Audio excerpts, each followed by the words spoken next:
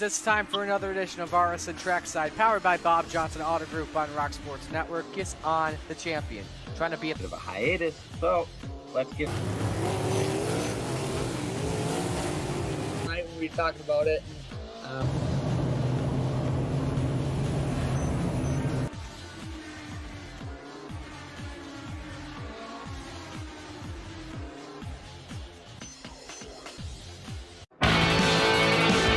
Well, good evening, everybody. Welcome to our weekly race chat. Adam Ross and Clinton Jeffrey are live and interactive every Tuesday night. Rivals Race Chat is your home for race discussion, debate, news, interviews, and more. They'll even take your questions and comments live on the air and talk to some of the newsmakers each week. Tune in every Tuesday night at 8 p.m. on GeForce TV.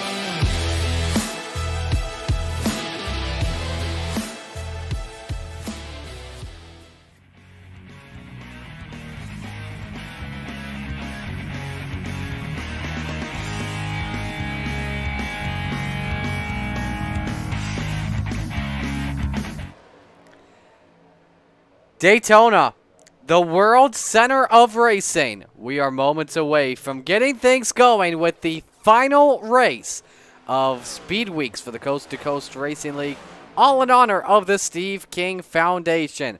Marty Sakala with you. So glad you could join us here on the Coast to Coast Racing Network, as well as the Slide Job Racing Network. Zach Chapman's joining me alongside. Shaggy, this one is going to test the driver's endurance. We just had a 75-lap 358 feature.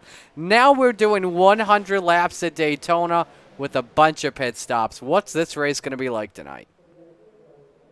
Well, like you said, it's a long night tonight, so I'm really hoping everybody takes that into account and is real patient here in the beginning, and we can just ride a little bit and gather our bearings, because for those of us that just did 150 laps on the dirt, boy, we're tired, Marty. Absolutely, I can understand that. Do want to give a congratulations. I believe this is off of the standings here. Anthony Morano was the highest in points of the dirt standings per the website, so I believe he'll get the big gator, and if that's the case, congratulations to him. Let's focus, though, on the asphalt side, because it is tight. No Quinn Gingrich, a 4-point lead on Matt Moreau. He is not here. Brady Floyd correction, 8 points behind. Floyd is on the entry list, and there you see him in the Barbie number 53. Getting set to go. Jesse Atkinson, 9 points behind. Fourth in the standings coming on in. Rounding out the top 5 in points, Keith Jackson, 16 points behind. It's anyone's race right now for this title. Yeah, it literally is anyone's race, even up until we cross the checkered flag, Marty. You know, at Daytona, there's been a big one, I think, every last lap so far this week. And, I mean, you kind of just expect that it's going to happen when you're 3 wide, bouncing around, getting pushed. So you just got to hope to survive the big one. And 9 times out of 10, the safest place to be to do that is out front. Absolutely. Atkinson, by the way, if you're wondering, he does lead the overall standings from what we know of coming in. And he's been doing a lot of races and had a lot of good finishes. 42 points his gap on Jack Clevenger coming in. Yeah, not only have you said it, you know, I don't think he's missed a race, but he's been very consistent, you know, easily in the top 10, mostly top 5 in all of them. And I think the only ones he didn't finish in the top 5 were these, you know, big Daytona wrecks. And, I mean, they can take anyone down. All right, so while we were waiting for qualifying to get going here, we'll show you the practice times here. And let's pop them up. There we go. Jim Bowie, currently your quickest driver, 46.67. Keith Jackson is third with a 46.80. Terry Landis is third with a 46.80 as well. Same with Donovan Ross in fourth. And Steven Gollner rounds out the top 5 with a 46.97. Zach, you and I both did the ARCA race on Monday night. There was a lot of team strategy in play, from the Vanderbilt drivers to the Venom drivers. To, let's see here, who else? We saw some Salty Dogs up there too, some retreads, and also the sim racing concept drivers who are trying to work with each other really well, and that work paid off too. Yeah, I mean, you were seeing it last night too. For instance, Dan McLaren and I were messaging each other back and forth going down the backstretch, you know, talking about what laps we were going to pit on between Venom and Gambler. We were going to try to pit together, but, you know, as Daytona would ensue, we had a caution with like 15 to go, which threw any strategy out the window, and, you know, everybody can pit there and go from there. But you're going to see it. You're going to see teammates decide to take the high side on restarts if they've got a teammate in fourth, rather than, you know, give that guy on the bottom pull, and they can count down restarts. There are all sorts of gamesmanship that we're going to see played out there. You're right on board with Steve Bixler with Zach Chapman behind him. The new Ford and Toyota designs are now on iRacing, from the Ford Mustang Dark Horse to Toyota's brand new Camry. We're very excited to see what goes down here tonight. Yeah, these cars are definitely a little loose. Exit in the corner. You know, you expect that a little bit, but it's only going to get worse as the run goes on. And I'm sure you're not going to see many people take tires, so you're going to see a lot of people getting squirrely tonight, and I don't think we're going to want to push 3 wide real early. There you see all 3 manufacturers together, the Camry XSE, the Mustang Dark Horse, and no changes to the Chevy Camaro. Hey, while we are at it, let's announce while we have the door prize winners, and we'll remind everyone as well that's watching live on the Coast to Coast Racing Network of the winners as well later tonight. Door prizes: Velocity Race Design providing a free wrap, Raven Graphics each providing 2 hero cards, 1 for each driver, 21 Design free wrap, Young Gun Creations a free wrap, and a $30 gift certificate to the ABR Setup Shop. Winners will be contacted and will choose a prize in the order they were drawn. Your door prize winners, congratulations to number 1, Brad Wetzel, Steve Maurer, John Rayner, Ross Carina, Neil Strouser, and Bob Curtis. So those 6, congratulations, and we'll have a chance to pick out a prize. You will be contacted in the order in which you were declared. Let's see who's checking in here on the Coast to Coast Racing Network. Just about 20 people watching. Thanks for joining us this evening. Let us know who you're rooting for. Don't know if Brett mentioned it in the chat, but hello to Joe Canellis checking on in, and same with Corey Boudinot, both getting set to go. Bummer to see when Boudinot lost the lead that his virtual reality froze up on him. Yeah, you know, you never want to wish bad luck on anybody, but that probably got me a podium. So, you know, another man's misfortune is another man's, you know, benefit. So I had to take it. Yeah. Here's a look at Keith Jackson, second quick, working with Clevenger and Donovan Ross. Expect those three to work together. Of course, we saw the three have some wild moments. Clevenger was out in front, and then in the first attempt at overtime, a wild moment. We got turned off the front bumper of I believe it was Quinn Gingrich, if not Mark Gilbert.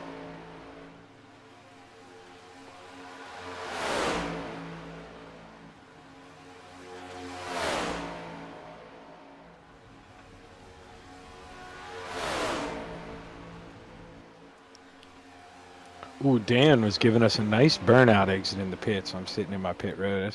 He's doing pretty good. He's been burning them out for a while. Oh, okay. Look at That's McLaren go. I have not mastered that yet. Dang, he's pulling a John Force. This man's about to go 300 miles an hour or something. But anyway, we are set to go. 25 drivers ready to take the green at Daytona for 100 laps. Let's meet the field. Here is the iRacing trackside starting lineup. All the results all gridded up based off of prior heat format, based off of what happened earlier throughout the weekend, duels and stuff.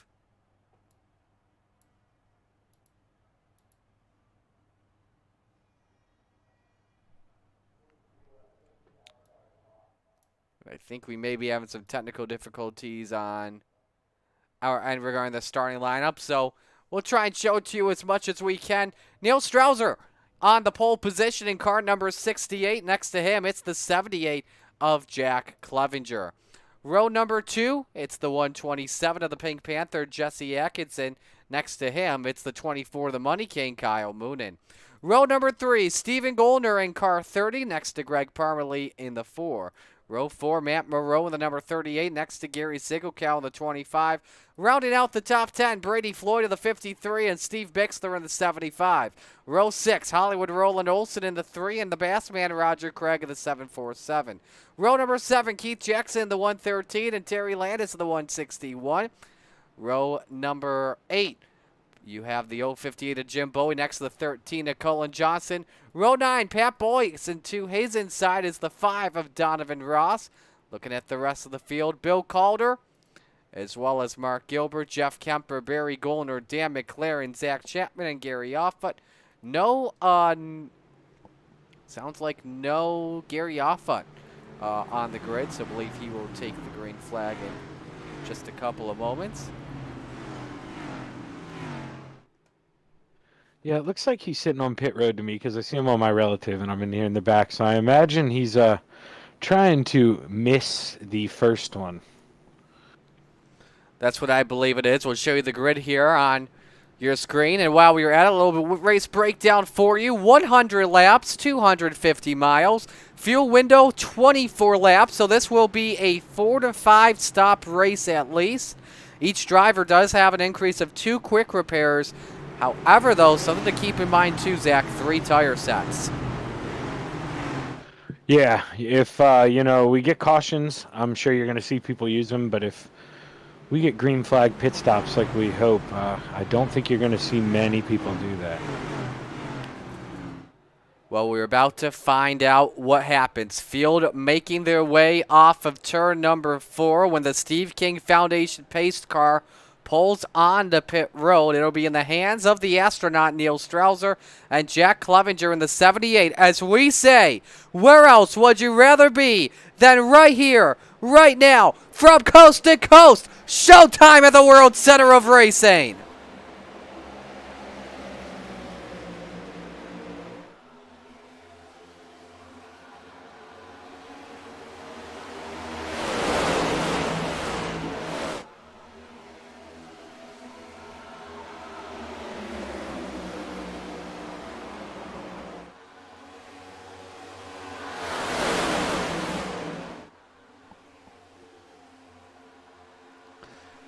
Low side with the advantage going down the Daytona super stretch. Strouser with the lead, followed by Atkinson in second. Matt Moreau third. Brady Floyd, the first man on top in the fourth spot, as Stephen Goldner and Roland Olson are door-to-door for the fifth spot, as we see some blinking by a couple of cars in the front of the pack. But off of turn number 4, Neil Strouser leads lap number 1. But he may be left out as Mr. Lonely, because here comes Jesse Atkinson, and he's got some company with Matt Moreau, Brady Floyd, his teammates, pushing the Pink Panther out to the front, and Stephen Goldner gets turned in turn 1. Lap number 2, first yellow. Roger Craig's involved. Roland Olson. This second pack better beware. They've all bunched up. They've all stacked up. The first caution flag is out on lap number 2. We don't even make it 10,000 yards, and it's calamity.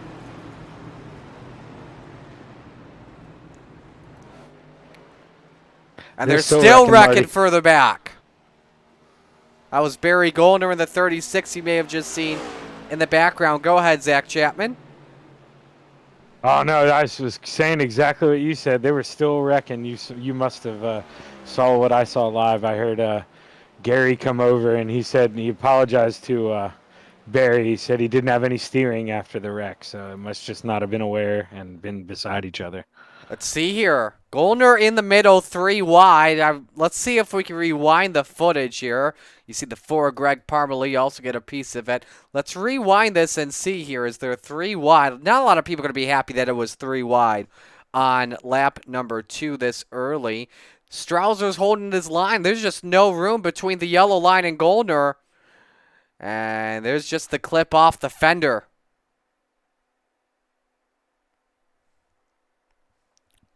Send him sideways. There's Olson, Parmalee. Terry Landis on the binders with nowhere to go. And watch Roger Craig here.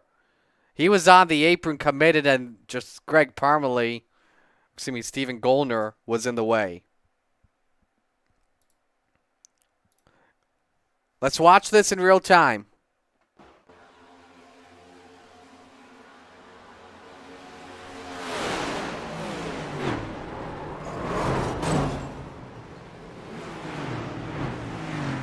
There you see that second pack, as I mentioned.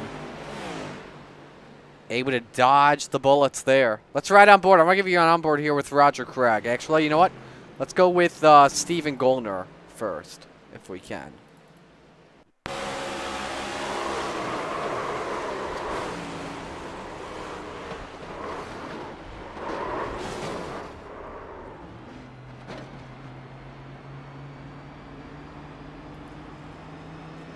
And let's also watch Roger Craig. Wreck's already happening. Yep. Just caught up. Wrong place, wrong time.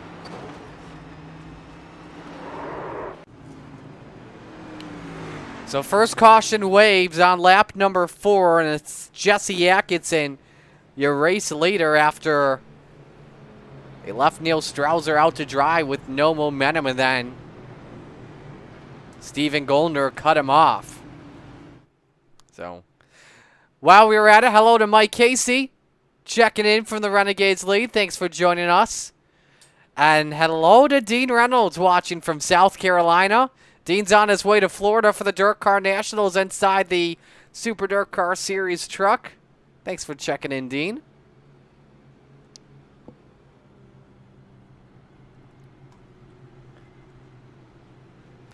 A couple of drivers were on pit road. Top 15 drivers decided to stay out. Gary Offutt, if you remember him, he came in. He decided to start from the pits, and that actually paid off. He was able to miss the first wreck easily. Yeah, very good point, Marty. I kind of slept on that. I forgot he did that, and now he's right back in here, and he didn't have to use a quick repair. Absolutely. Looking at the other drivers, Stephen Goldner, decided to not use the quick repair, saving it for later. Other guys, Dan McLaren, Zach Chapman, Mark Gilbert. Actually, McLaren and Chapman doing fuel only. Gilbert, I believe, took 2 tires. Colin Johnson with a longer stop. Don't believe he's just topping off on fuel, and he is. Roland Olson, Roger Craig, Neil Strouser obviously having a pit. Don't know if they had to use their quick repairs a lot. I would assume that they did. All right, lights are off. We are going green this time by. And with that being said, let's reset the field and show you how they look.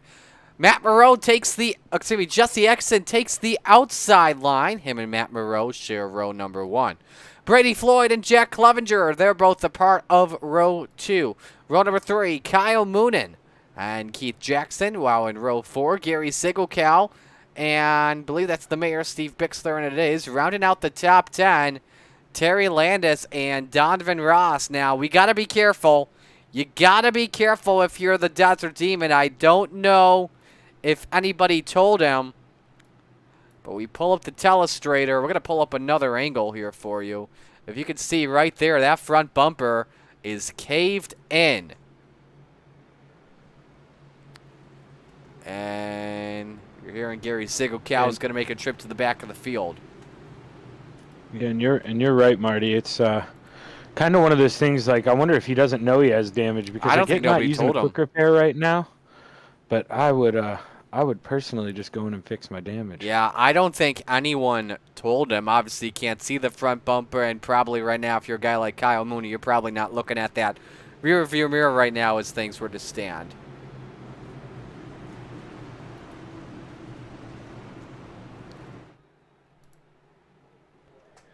So we're coming back to green this time. Let's see if we can get a couple of green flag laps in, you say? Yeah, it would be nice. Yes, it would. Atkinson brings them back to the green.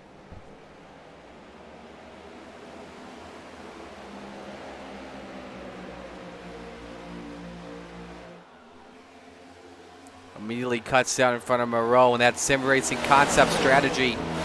3 drivers on the bottom makes you think of a lot like what Vanderbilt Racing has done in the past. But here's something that we haven't seen, that you rarely see. The field all entirely spread apart here like it's a restrictor plate race. Yeah, a couple people it looked like maybe tried to restart in 3rd or 4th gear, kind of bunched or spread out the bottom, because I know there were a couple guys diving for the high side. So I imagine it's a little bit of that and then a little bit of patience. Don't want to be a part of the second wreck. Oh, wait a second. That was tight. Saw a puff of smoke in the wall. Believe that was off of either Clevenger or Corinna, or excuse me, Moonen. But Jesse Exit continues to lead. Now everyone trying to get single file. They all want to play it conservative. Don't want to be wrecking early in this one, just like we saw in the first caution of the race. But now you see Moonen go below. Everybody's going up top. Now this is something that is unique with the next-gen cars compared to the other cars on super speedways. When the pack gets single file, the train normally shifts to the high side. It's very unique, very realistic. That's what I like about this next-gen at Daytona. Yeah, it's you're right. It is the preferred line, especially when you get guys who are willing to run bumper to bumper and can be safe about it. It's, oh, is they're bumping in front of me. Yep, you see it. Pat Boyce, Jeff Kemper, banging doors, just coming to the tri-oval. But he's all good to go, though, for right now. A lot of drivers, I would assume here, as you see this pack still double file with Atkinson out in front.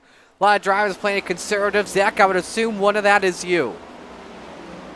Yeah, I'm just trying to hang out to within where I can still see the front pack. I'm trying to pit with Dan McLaren tonight. No surprise there. So he's at the front of the second pack. I'm just trying to get up to him, and I'll hang out behind him most of the night here. A lot of the retreads as well in the back of the field. Here comes Donovan Ross with a push coming from Jack Clevenger for the race lead, but that low side lost a lot of steam coming to the line. Yeah, it really did. I'm seeing here, even in this second pack, I keep running my fastest laps of the race. They just keep getting faster. We're really picking up speed up top. Dan's doing a real good job of holding his line, and I think that's Mark Gilbert behind him trying to give him a push.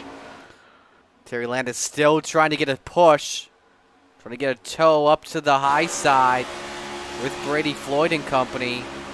That seems to work in, and now Atkinson dropped down to the bottom. I'm not too sure what happened there, but that left him and Moreau side by side for the lead, and now the low line. has the steam. Donovan Ross in the 5, trying to move his way up to second, and he does. Now, does he move up top? That would be risky to go up top, but at the same time, it splits the SRC drivers on the outside. Actually, correction, it doesn't. Devo are part of that team as he looks for the race lead, and he takes it away.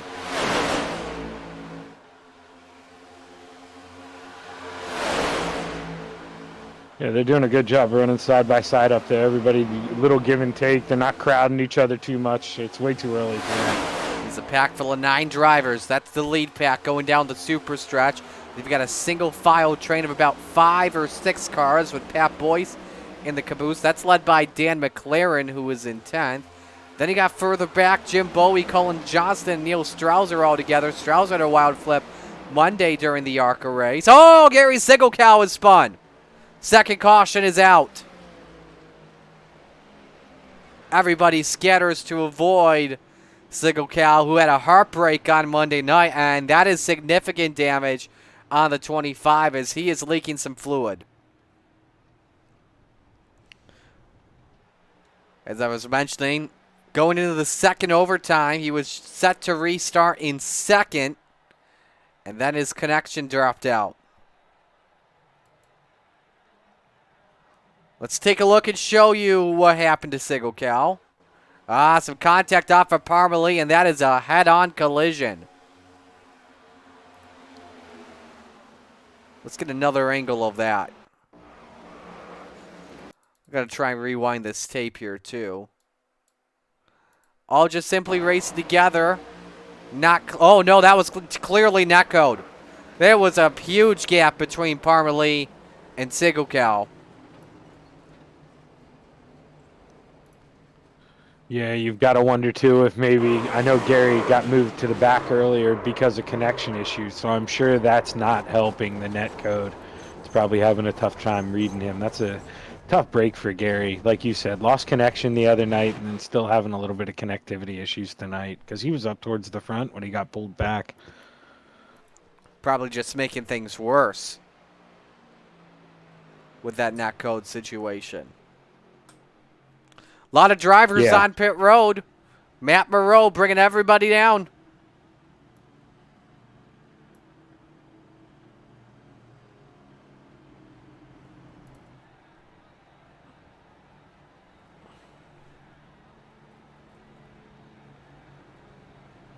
Gassing goes for a lot of drivers. Moreau wins the race off pit road. Brady Floyd second. Jesse Atkinson third. Fourth, Kyle Moonen, and it's 3 wide for fifth. I believe McLaren had the sleight of hand there, and he did. Top 4 drivers, though, all deciding to stay out. Top 3 of Ross, Clevenger, and Jackson all out of that SRC camp.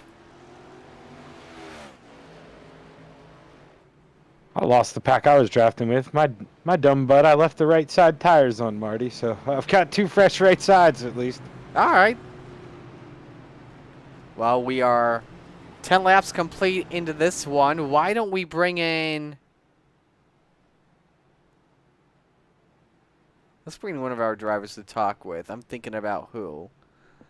Let's talk to... Still thinking. Still thinking. Bear with me. We like to think. Why don't we bring in Jack Clevenger in the 78? If my mouse can work.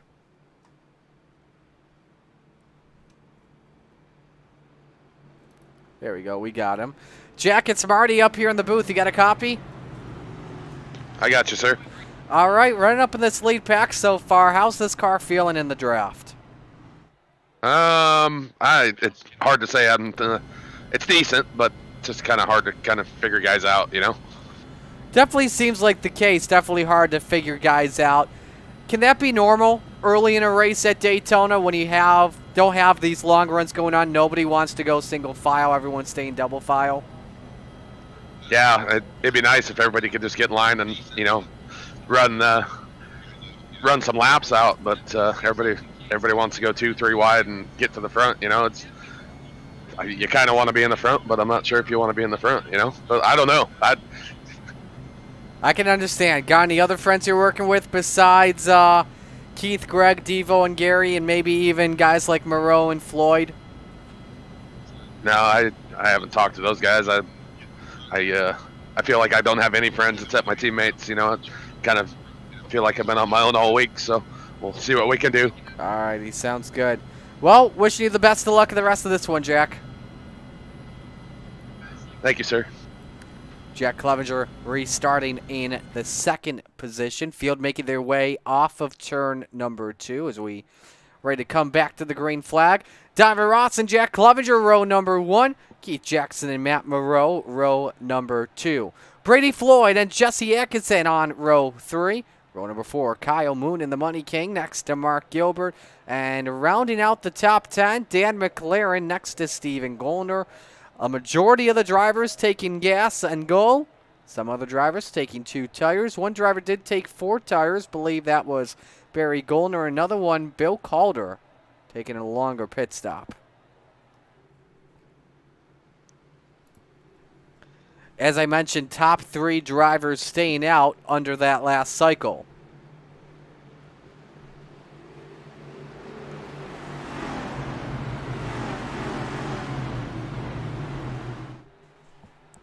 As we are set to come back to green. Right now, your biggest mover of the race. We've got Mark Gilbert up 17 spots, starting from 24th. Devo started 17th and is bringing the field back to the green flag. He selects the inside line for this restart.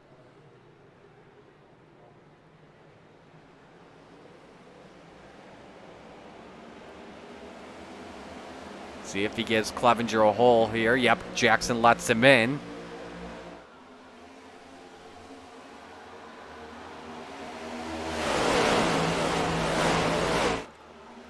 That top 3 all working together. Nobody wants to go with either Moreau, Floyd, or Atkinson after they were in the front 3 earlier. And here comes Kyle Moonen.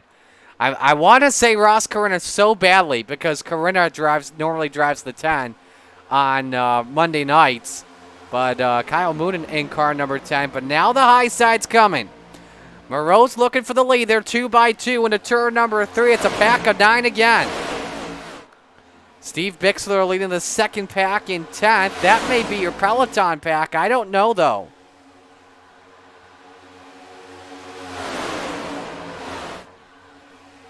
The field came across the line. Moreau, Atkinson, Floyd, the top 3. The low line has completely lost it.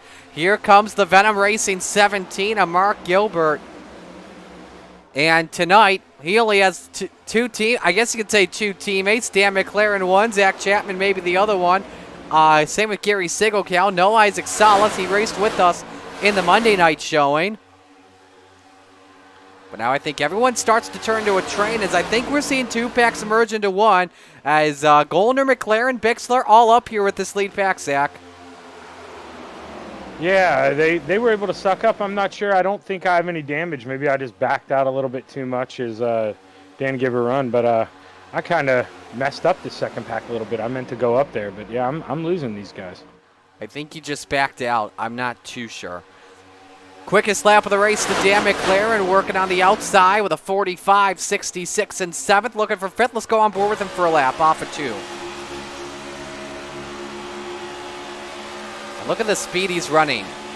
Last year, this was impossible.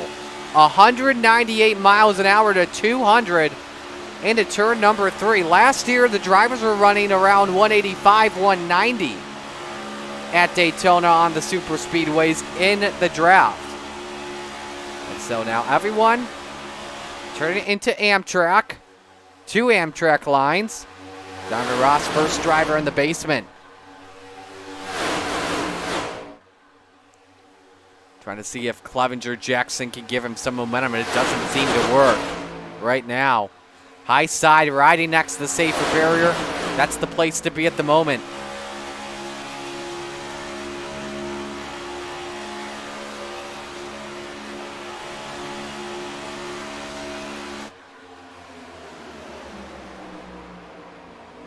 Again, McLaren's still in that 5th spot. Still right on board with him. Here comes Ross. Low line obviously placed to be in the corners. High side gets a huge boost off the straights with the over 30 degrees of banking. New quickest driver on the track, Terry Landis. The 161, 45.53. Remember, Desert Demon had that front bumper issue, but still been running in the lead pack. I'm not sure if it's gone. He has used virtual, I don't know if it was a quick repair or optional damage, but Landis looks like he's 100%. He's up there in 11th.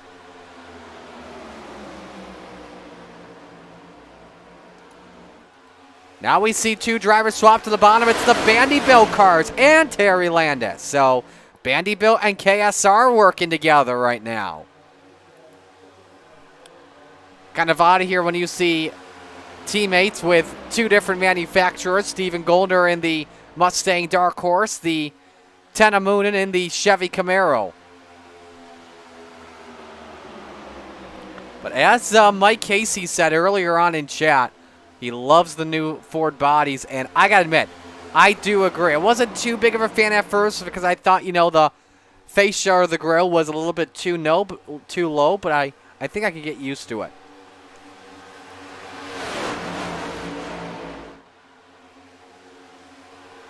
Front three, though, trying to break away from the Venom teammates of Gilbert and McLaren. We'll just have to see what happens there, and this is a 13-car pack. Keith Jackson in the caboose of this pack. Let's look at that second pack, which is Jeff Kemper and Zach Chapman, the Gambler teammates, all by themselves. They're tandeming, followed by Colin Johnston and Roland Olson. Then another pack. This is actually a big pack, I guess you could say. This is, I don't know if I should say the retread / senior citizen race, or that's going for the win on this side of things, or just a fun race back here. Gary Segelkow leading this pack at 18. One driver, multiple laps down as things stand. That's the 4 of Greg Parmalee, 2 laps behind. So if yellow flag were to fly, he would be the free pass car. So we are 20 laps complete into this one. A lot of drivers paying on lap number 11 for gas and goes. We expect the next stops to take place around lap 35 or before that. Just saw 3 drivers run their better laps of the day, their best laps. Donovan Ross, Jack Clevenger, Keith Jackson, 46.22, Clevenger 46.21, and Jackson 46.15 as you're back on board again with Devo.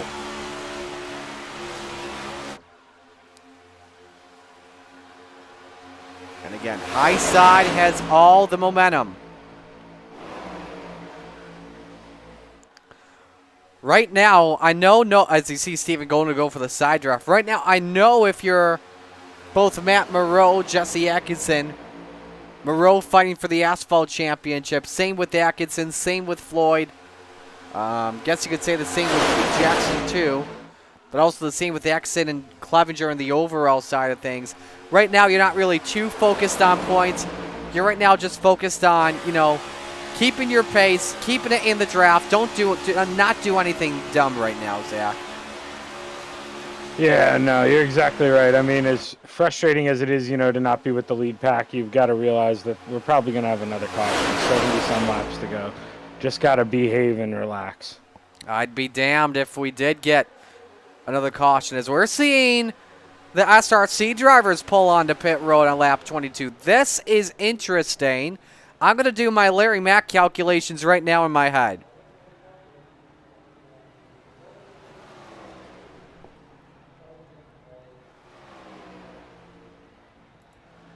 You saw Ross overshoot his box. This would give them, I think, 3 more stops to the end, unless they're trying another strategy where they're just going to take gas and run away with it. Oh, remember, too, something else, keep in mind, I forgot about this. These were the 3 drivers that stayed out underneath the last caution. So they're on a completely different strategy than the majority of drivers. Now, is this where you want to be right now if you're the 3, or no, did their strategy just completely backfire on them? I mean, me personally, I wouldn't want to break myself off with the pack that much, but I mean, you know, they kind of have to do what they have to do, and especially, I don't know how many of them pitted, but I already say somebody shot through their pits. It's really going to hurt them. You know, you need 3 cars in these to really line up well, and they need to not have damage. And you just saw Clevenger, Jackson, Ross go past us, and look what's in the background. The lead pack steaming towards them.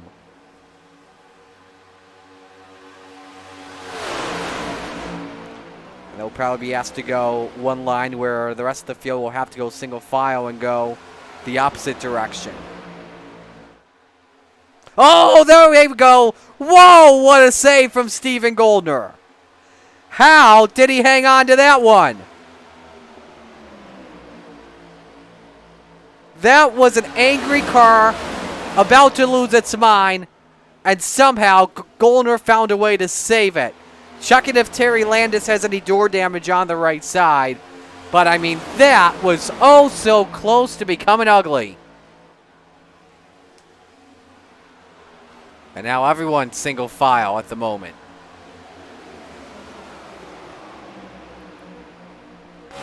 Take a ride on board with Jesse Atkinson. And as you see, they are working their way towards the back of the field. What does riding the safer barrier here do, Zach? Does it give you, like we see at Auto Club Speedway or Homestead Miami, that aero cushion where if you hit it right, it can get you some extra speed?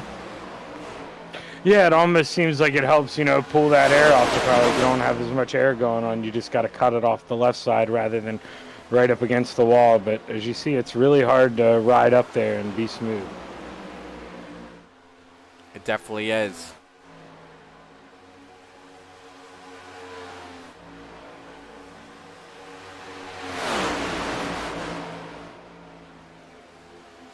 Obviously we mentioned these three drivers have been always key. Of course, Moreau winning Monday's ARCA race. I hate to say how he won it, as he passed Roger Craig for the win before the yellow flag flew. And now we're right on board with Atkinson. He's giving a bump draft to Moreau. If not, Floyd's helping out Atkinson push. They're trying to open up a huge gap to Mark Gilbert, where he can't even have the draft anymore, Zach.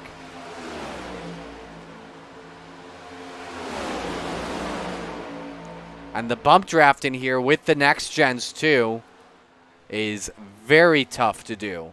Which we see Gary Offit on pit road, Zach. Yeah, they are really hard to do. I'm trying to master it right now with Jeff. It's really hard. You got to drop back and lose a bunch of time to be able to get a bunch of speed to be able to suck up in that bubble. If not, you get kind of trapped about 4 or 5 feet off the car in front of you, and you can't really help them out.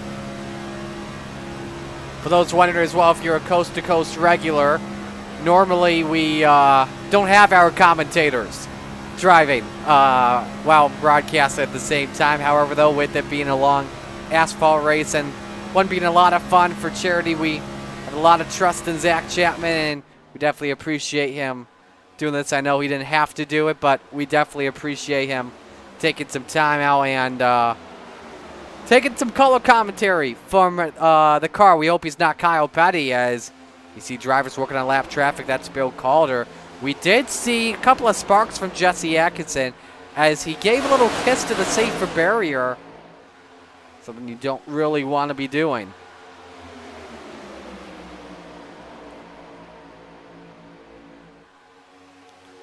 Of course, Speed Weeks.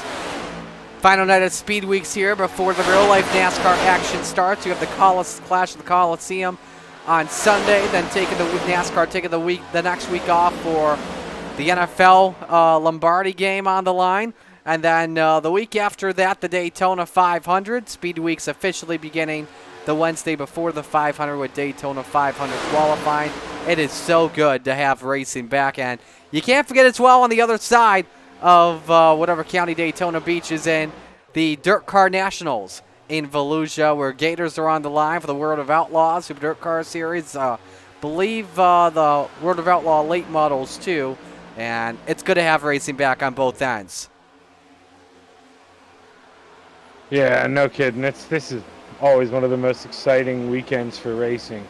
It's all coming back. It's, depending on where you live, starting to get a little bit warm weather again, so it's looking forward to all the racing season. And also beginning back up, an official sponsor of the Coast to Coast Racing League. I'm a part of it, though. RSN Trackside officially begins Wednesday for our season number 5. You can watch it on Rock Sports Network, Western New York's home for motorsports. It's the only motorsports show in Western New York. You don't want to miss it, as we have smoke off of Steven Gollner as he has scraped the wall. And I see some damage on the 30. That door appears to be caved in for just a little bit, as we saw. But him and Bixler both have lost the draft. Excuse me. Yeah, both him and Bixler have lost the draft of the top 8. They have lost a ton of speed to drivers going 200 miles an hour and beyond. And as I was saying about RSN Trackside, we do have a guest for the season premiere. Don't want to miss out on who that's going to be. Check out the RSN Trackside page for more details. Also going to be announcing, have already announced our sponsors, and definitely looking forward to having a lot of them back on board with us for the 2024 season. A lot of cars on pit road. Gary Sigelkow, Jim Bowie, Barry Gollner, Bill Calder, all making their way down the pits as Calder locks them up, and he's in the infield and misses pit entry, so that will be a penalty. As should mention as well too, we are approaching the pit window for the drivers to come on in. Remember, the fuel window was about 24 laps or so. The drivers are working lap number 21 of the fuel stints. As we look at the pit strategy amongst the top 5, it is approaching to be green flag pit stops in just a moment, so drivers are setting up for that.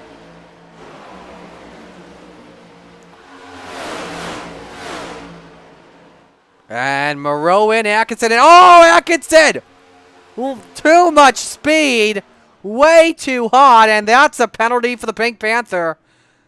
And I think Moreau did the same thing too. Look how much Landis, Bixler, and Gollner had let up, although they were way too far behind. I'm going to watch Moreau, though, closely to see if he has a speeding penalty on the Crosby's 38. He did not gas and go. Let's look at Atkinson, though. And yeah, he is on pit road for a long time, so that is a penalty and a half for Atkinson for that. So top 5, though, have yet to pit. It's Brady Floyd, followed by Mark Gilbert. Floyd now separated from Atkinson and Moreau. What does that do when you're separated from your teammates? As Gilbert gets a shot from Floyd, hopefully everyone makes the pit road speed limit of 60 miles an hour. I don't know if all 3 of them did, though. What does that do, though, Zach, when you're separated from your teammates? Yeah, I mean, it definitely, it bugs you. It's going to hurt you. You don't like falling back. I know it's a little disheartening. I messaged Jeff while we were driving. I told him I was pitting, and I had to call it out in iRacing. But him and I got split up. He must not have got the message. So it's tough for you to do things by yourself. All 3 drivers did make pit road speed. And now we're just waiting on Kyle Moon to finish his stop, and he is out and away. And he was Mr. Lonely, and a horrible accident for the Money King. And he will lose a ton of speed. There you see Steven Gollner go past him. And so as we shake up the field here on this set of pit stops, Matt Moreau is in the 4th position. Jesse Atkinson with the speeding penalty, in case you're wondering about him. He just exited. He is a lap down, if not more, back in 23rd. That bit him in the rear end big time, Zach. Yeah, that speeding penalty is going to kill you here. He's sitting in there while everybody else is driving around at 180 plus mile an hour. That's it's tough to overcome. Absolutely. So it's Venom 1-2, McLaren and Gilbert, followed by Floyd and Moreau, the teammates. Working with Atkinson, who got nabbed for the speeding penalty.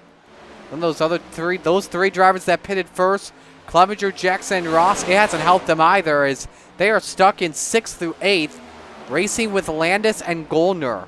So this strategy has backfired for them, unless they get a caution flag here, Zach. Yeah, there are a bunch of us praying for it. This is going to be a long race if we don't get a caution and tighten us up. So definitely need something exciting to happen. Let's know who you're rooting for. Richie watching, checking in for the first time tonight. And yes, sir, this is iRacing. This is not real life. This is iRacing. And so it's fun watching these cars go around in the simulator. So while we're at it, let's go through our first. Wait a second. Dan McLaren's giving up the lead here. McLaren's going to let Mark Gilbert take a shot out in front. And so we see a car that won at Daytona in real life, the past, and Chris Buescher, now being commanded by Mark Gilbert. And he takes the lead at the World Center of Racing, which gives us a chance to look at our first full field rundown of the race. And here is how the field looks. Mark Gilbert, your race leader, just led his first lap of the day, and issues for Brady Floyd, caught the wall and then had a bumper from Matt Moreau. And now we see some tandeming happening. Dan McLaren currently runs in the second position. He's led a couple of laps after pit stops. Brady Floyd in third spot. Matt Moreau leading earlier, your winner on Monday, in fourth spot. Now you see the two tandems merge back together. Fifth position, Keith Jackson in the 113. Behind him, Jack Clevenger in the 78, running in sixth. Donovan Ross in seventh, all working on the same pit strategy together. Right in the eighth position, Terry Landis in the 161. Good day for him so far. The Mayor Steven Bixler in ninth, followed by Steven Gollner in 10th. After losing a lot of the lead draft, they have made their way back up towards a bunch of other cars towards the front. Pat Boyce runs in 11th in the 041. Nice run for him. Then you go 12 seconds back to Kyle Moonen, where he was Mr. Lonely in 12th. I think he's found some friends, though, but they are a lap down, if not more. 13th spot. Then you find a set of three drivers. Colin Johnston in 13th. Jeffrey Kemper in 14th. And 5 seconds behind the 181 of Kemper, Zach Chapman tandeming with Roland Olson. They're 15th and 16th, respectively. 17th, Neil Strauser by himself in the number 68. 18th and 19th working together. Roger Craig in the 747 and Gary Offutt in car number 94. Jim Bowie just went a lap down. He's currently the man on the free pass spot in the 20th position. In 21st, currently, is Barry Goldner in car number 36. Jesse Exon, after the speeding penalty where he came in way too hot on pit road entry, he is 22nd. Gary Sigelkow up in 23rd position. Greg Parmalee just got lapped once again. He's 3 laps down in 24th. One driver out of, actually, on pit road. He is behind the wall, I guess you could say. That's Bill Calder in the 325. Good to see Bill get some track time. 39 laps down here at Daytona International Speedway. Let's get you your schedule for the rest of the week coming up. We now return to your regularly scheduled programming. But first, before that, pass for the lead. Brady Floyd and Matt Moreau now go 1-2. And my goodness, look at the speed they have. Their telemetry, 190 to 188. That is a lot. Now McLaren is about to get a big toe off of Moreau. And the top four are all shifting down to the bottom.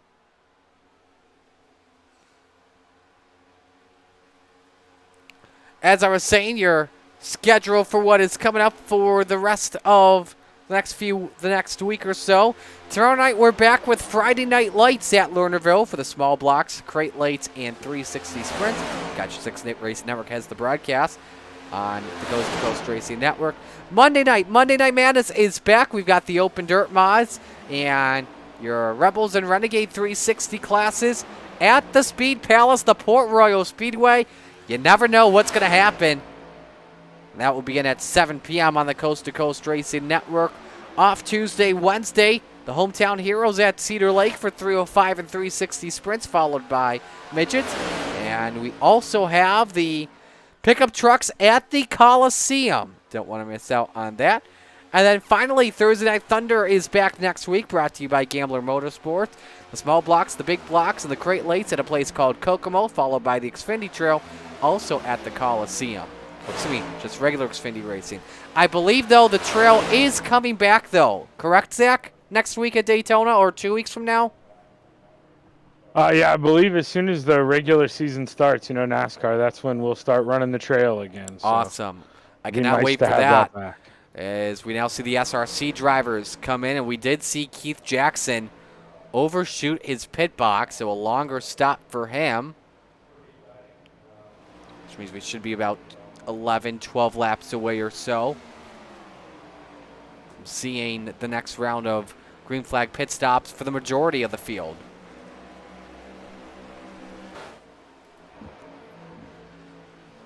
And they'll likely go a lap down by your top 4. Wait on other action here in just a moment. Terry Landis now in the 5th position, obviously with those 3 drivers coming on in. And the Desert Demon, I think, has been, in my opinion, amongst the top 10, Landis has looked the most impressive of the drivers here. He's been very consistent all week. He's a smart racer, you know, old school. He's been around racing a long time, and he knows that you got to survive if you want to win at the end. So he normally puts it in a good, safe place and knows when to turn on the aggressiveness. Absolutely, and we know Terry. You can never count him out. Obviously, he's an underdog on Monday Night Madness. Of course, when he won in the Renegades at Port Royal, I think, 2 or 3 seasons ago, I think the entire Coast to Coast Racing League lounge was stunned when that happened. Yeah, he's definitely, you know, not, he would admit it, you know, it's kind of like me. We're not up there with Stephen Golden or anything, you know, but we know how to put it in the top 5 every now and then, and for him to get that win, that was real big for guys like us, you know. It's nice seeing one of the underdogs pull one out. Absolutely. Looking at some other drivers here up in the field. We've talked about Stephen Goldner and Kyle Moon a little bit. Colin Johnston, well-known asphalt driver. He always races the asphalt races. Normally doesn't race on the dirt. Is it surprising to see him in 10th? Yeah, I mean, it's tough to say. Maybe, you know, he pit with some guys who were speeding. Maybe, you know, he got drawn out. But, yeah, normally Cullen is up towards the front. But, you know, I like to consider myself normally towards the front in the asphalt, too. And every now and then you can just get dealt a bad hand. And him and I both need some luck to get back in this thing. I got a good feeling, though, at the same time. A lot of drivers just trying to be patient, like you, for example. Maybe Cullen's playing the patient game, just trying to stay behind the lead pack, if you know what I mean, or a dangerous pack or something like that.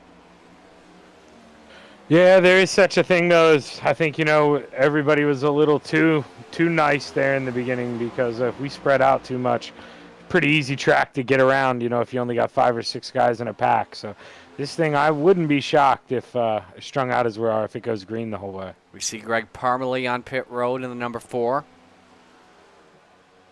Was involved in the first caution on lap 2. Again, that yellow flag flew. Only 2 cautions, I believe, in this race so far. First yellow on lap 2 as Stephen Goldner got a turn, trying to cut down in front of Neil Strauser. Into a couple of cars reckoned in that one. Second caution was for the number 25 of Gary Sigelkow, a solo car spin in turn number 3. Oh, we may get one. Roger Craig gets turned off the bumper of Gilbert, and we do. You're welcome, America. Not to Roger. I'm sorry, Roger, but I think to a lot of drivers on the field, I think I may have just jinxed this race. No, we appreciate the jinx, Marty, because the leader was 8.5 seconds behind me on the relative. I was about to go a lap down. That couldn't have come at a better time for me and Roland Olsen. I am probably going to get a fine for that. Alrighty, we showed you that Roger Craig spun off the bumper in turn 1. Our 3rd caution of the day has just happened at Daytona. And let's show you in real time what just happened to the Bassman. Gilbert got him. Now, Gilbert was actually getting separated from this lap traffic, which was something I had just noticed, which is why I was about to go towards the front of the field.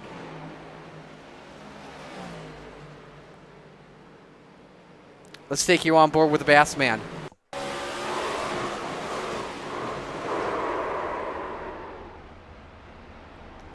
I don't think, though, Roger had any damage out of that, so I don't believe he will need a quick repair, just to change the tires, and he'll be good to go. Yeah, no, these things really are tanks. I mean, it's unbelievable how well these cars are built now. I mean, you saw Chastain slam it in the wall. I mean, I don't know if it could have done another lap, but, you know, it held up and it held its form. Yes. If you pancake the wall flat, these things are way better than the cars used to be in the past. Free pass car will be Neil Strausser, so he'll be able to get back on the lead lap. Would assume, I don't know, if you're Clevenger, Ross, and Jackson, would you pit or take the wave around? Yeah, I don't know. You almost You're playing with have fire to at this pit point. here and hope for another caution. You don't want to make yourself run out of gas and go another lap down. Well, we'll That know would be next tough. lap because they won't be able to pit this time.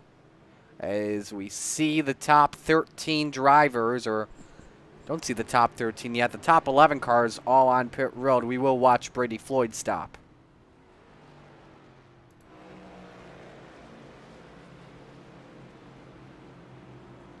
Another gas and go. It'll be interesting to see the strategy here as Floyd wins the race off pit road. Moreau is second. No Mark Gilbert. Now we see Gilbert. I believe he decided to do 2 tires. Stephen Gollner out third. He spun the tires. Good save. Close call for him. Gollner third doing fuel only. If not 2 tires, then it's Moonen and Gilbert or Moonen. Pat Boyce came out 6th. A 4-tire stop for McLaren in 7th. Cullen Johnson 8th. Terry Landis 9th. Steve Bixler rounds out the top 10. But Brady Floyd will be your leader when we come back to green. Just before the halfway point. Stay with us on the Coast to Coast Racing Network.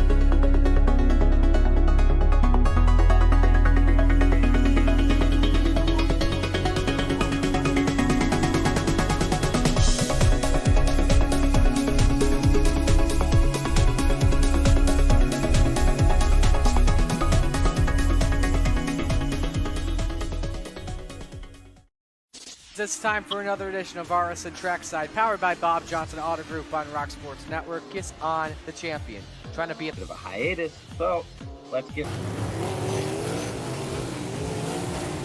Tonight we'll be talking about it.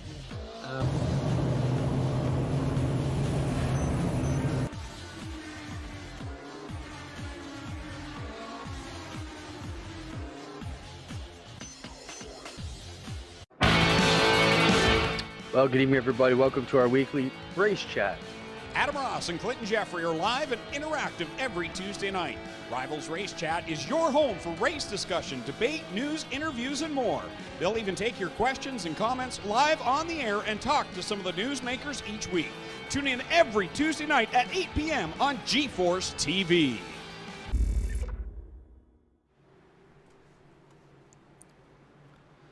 We are coming back to the green flag. 50 up and 50 down.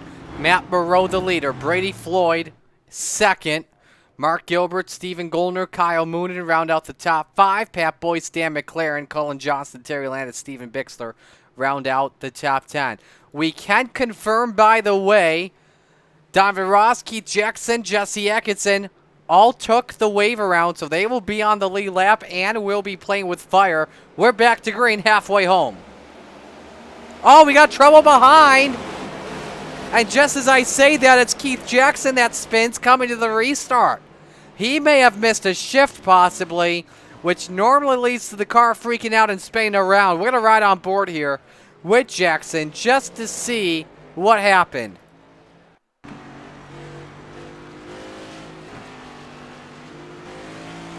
That was scary. I was barreling up on Oh the field no, they quick. stacked up. It Almost was didn't get it was stopped. just this checkup coming to green. Let's watch from one of our drones. There's a lot of gaps. It's normally the rules are restart nose to tail. Try not have a gap. Yeah, you see all the heavy braking. Parmalee, Clevenger, Ross. You see Atkinson just get into the back of his teammate. Probably at the same time, though. Could it be the yellow? That's probably...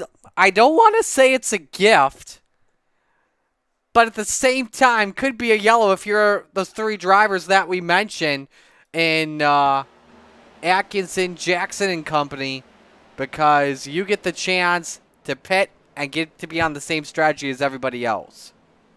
No, you're exactly right. That's one he's going to shake off real quick. You know, maybe initially you're like, what the heck, I got turned.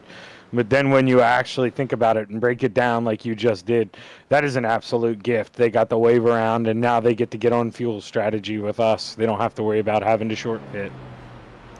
I hate to ask this, but do you think it could be like, you know, how do I put this? Could it be a caution that could have been on purpose or something?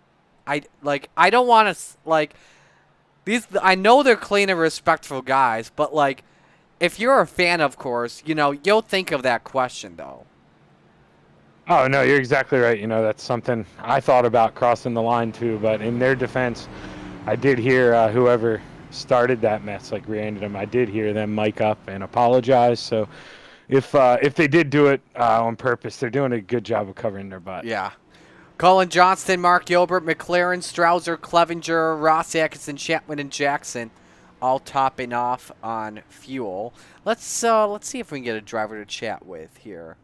And we will see who is open for communications.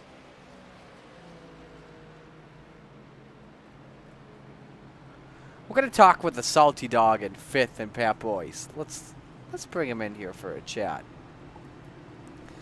Pat Boyce, Marty up here in the booth. You got a copy?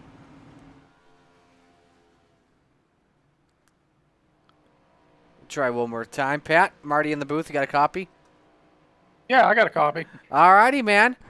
So starting from 18th to 5th, you've kept your nose clean after the long run. How's your car feeling right now?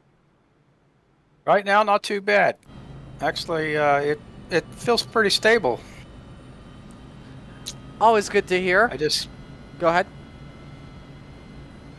It just if you lose the draft, you're pretty much out to lunch. So you got to stay up on it.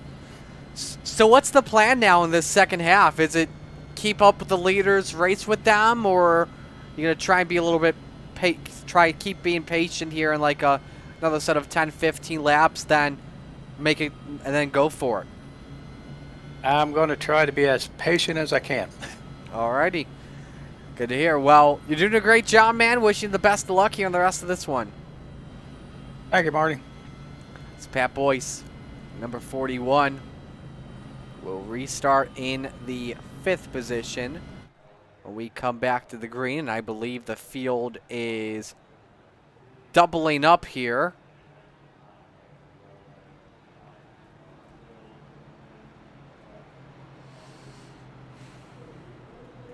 And the lights are off. We are coming back to the green flag.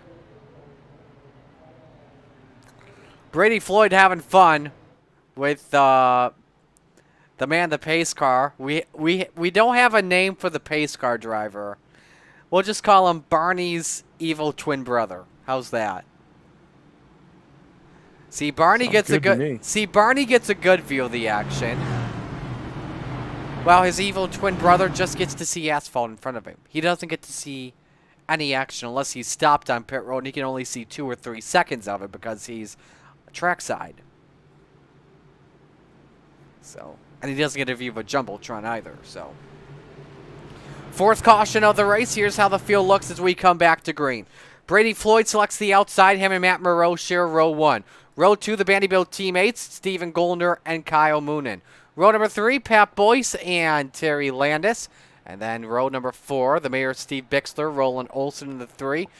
Salty Dog teammates. And rounding out the top 10, Jeff Kemper and Mark Gilbert. 19 drivers on the lead lap. Believe it was Gary Offut that was able to get his lap back. Nope, but did they say Neil Strausser once again on the with the free pass? And I think they did say the astronauts back on the lead lap. If not, free pass was Jim Bowie.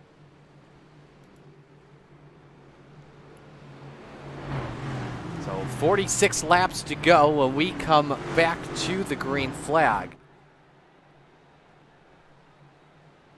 And race control with Greg Parmalee in the tail line would assume he is your free pass guy, if not taking a wave around. All right, set to come back to green. Floyd, the control car for this restart.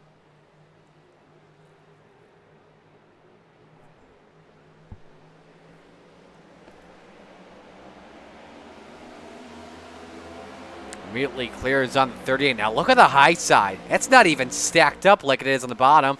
Everyone trying to get low on the single file line. And that is the case. First guy up top. Gotta go all the way back to Roland Olson in 9th. Now he tries to drop down low and try and cut off the Venom drivers in McLaren and Gilbert. Nobody really making a move to the outside except for Floyd and Moreau, the teammates. Should mention as well, Jesse Atkinson is back on the lead lap, so he may have been the free pass driver. Remember, he had a speeding penalty on the first round of green flag pit stops earlier. And now for the lead, Stephen Goldner on Brady Floyd. And Atkinson just scraped the wall off for turn 4. However, though, it's Brady Floyd that holds serve out in front, Zach. Yeah, a lot of double file racing up here. They're starting to get it going on the high side. Some guys being impatient. We're getting bumped in the middle of packs. It's going to get wild here, Marty. It could possibly. They're all still 2 by 2 off of 2, and I think one driver decided to back out of it. Sensing a wreck may happen. It's the top 3 all single file. It's McLaren and Goldner racing for 4th, now making a race for 3rd. And as that is happening, I am going to shut up, turn up the volume knob, because it's time to crank it up.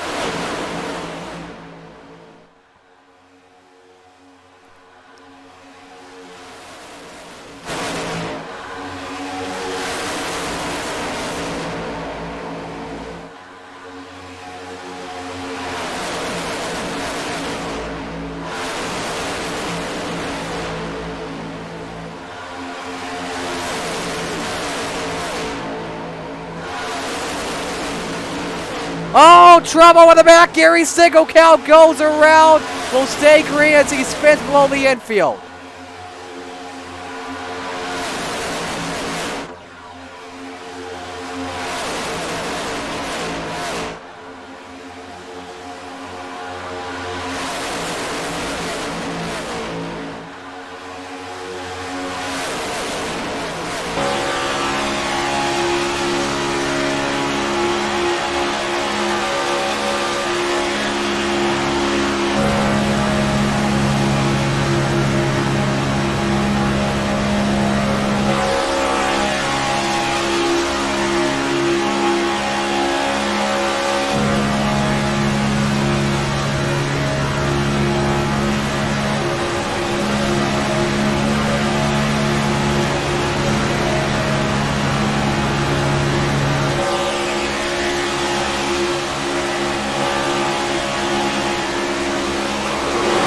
Oh, big wreck. Moonen, Goldner involved, and we're under caution once again. That's McLaren. That is behind the number 30. 5th caution of the race here at Daytona. And it's probably the right time for a driver to spin under the caution. If you don't have a quick repair, right now is a good time to use it.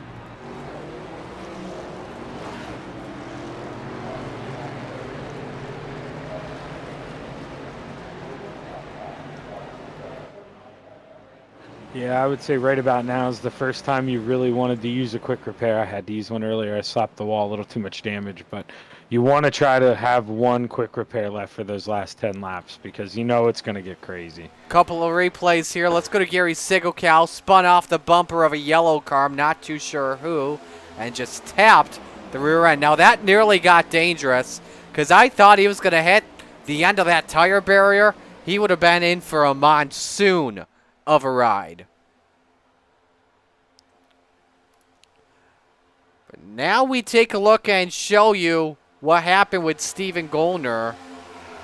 And we apologize for the change of the cameras. I think he just got loose off the bumper of Moonen. Just an inadvertent bump draft. Gilbert, Kemper, Atkinson. What a miss for him after changing lanes.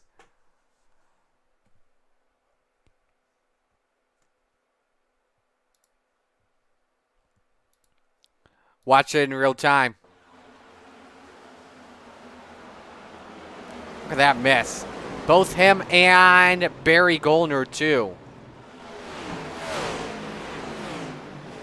A lot of drivers on pit road, and we're gonna watch these stops here first before we go to onboards.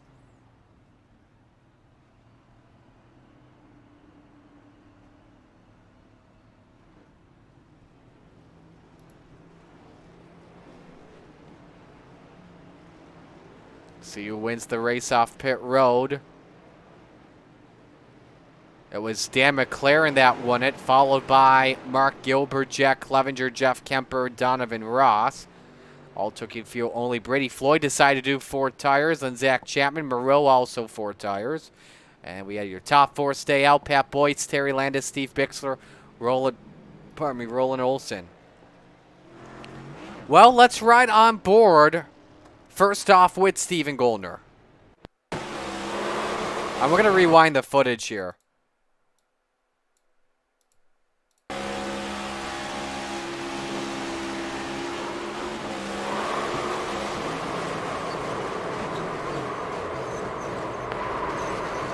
Just a bump draft gone wrong.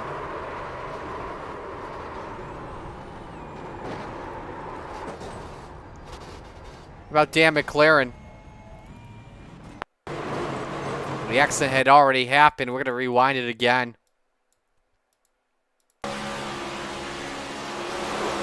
Absolutely nowhere to go. And you saw it too. I think that was Moreau that was also involved in the accident.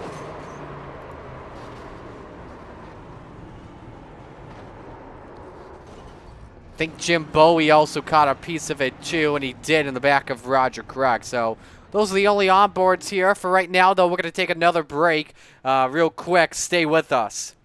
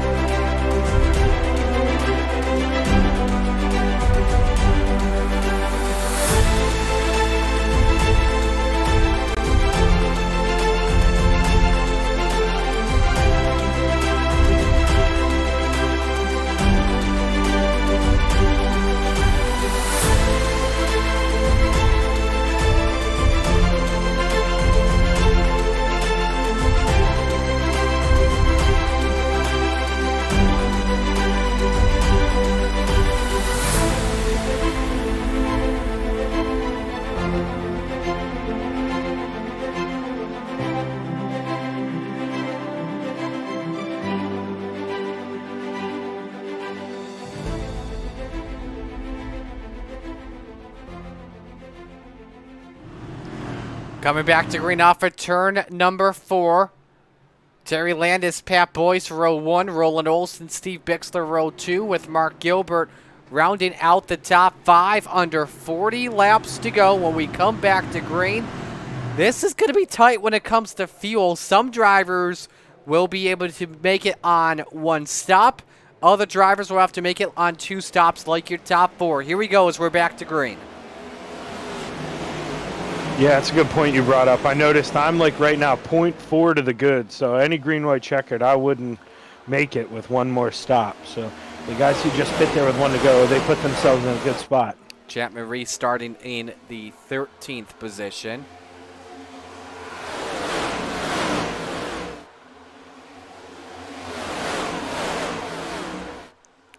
$18 drivers still on the lead lap. Steven Goulner, I believe, has called it a night, and same with Kyle Moonen after being involved in that accident. Vanderbilt teammates having a great race going on.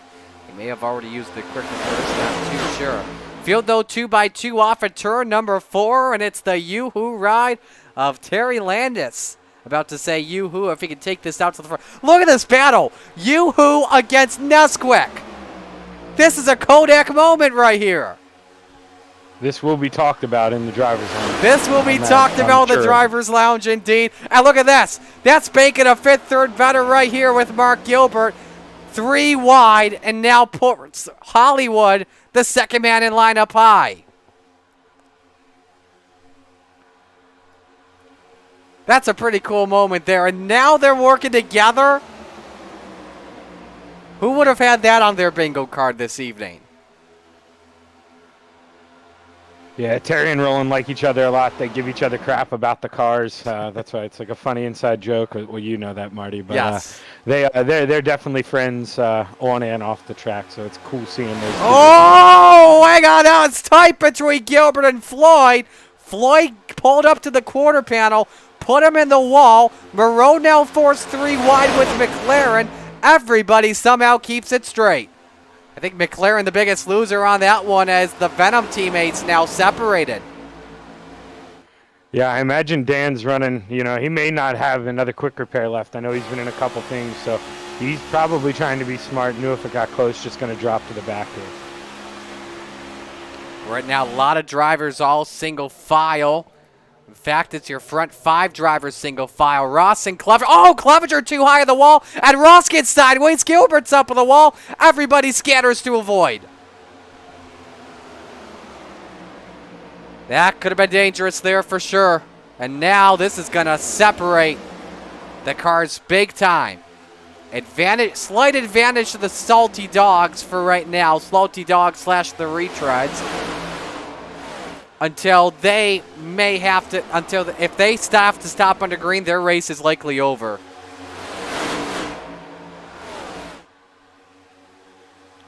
But now the pack all together once again. This is a pack of 11 guys, Chapman and Gilbert, the first 2 out of this one working together.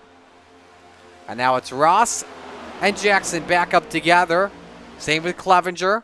They were off on strategy after staying out under the 2nd caution when everyone else came in. The lap down a couple of points, took a wave around, now have come back in the race on the same strategy as the rest of the field going for the lead.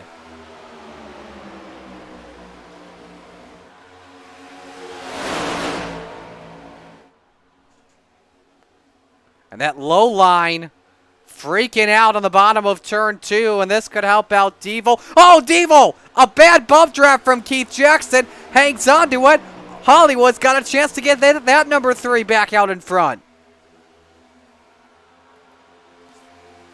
Of course, Roland Olson with number 3 for his daughter, Lucy Olson, an All-American at Villanova. Speaking of women's college basketball, too, how about Caitlin Clark, number 2 all-time in NCAA?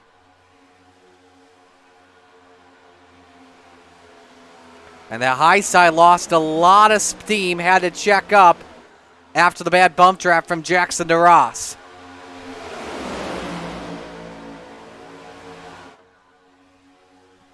Take it right on board the Desert Demon. Bump draft. That's a perfect bump draft there. You got to make sure the noses are aligned near perfect.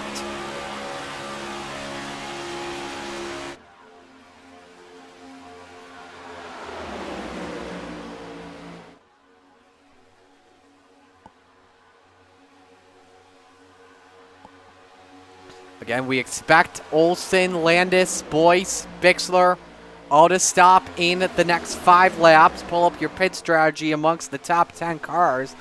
And there you see how it looks. They're going to need a caution flag if they want to get back in this race.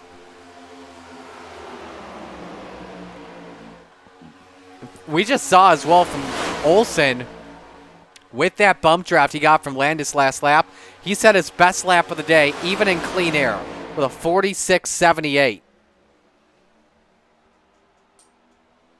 Of course, a lot of laps have normally been the 45-second range. That's in the draft. Olsen normally has been in the front of the pack. Here comes Dan McLaren trying to thread the needle now. He's in the sucker hole at the moment, but finds a way past Donovan Ross.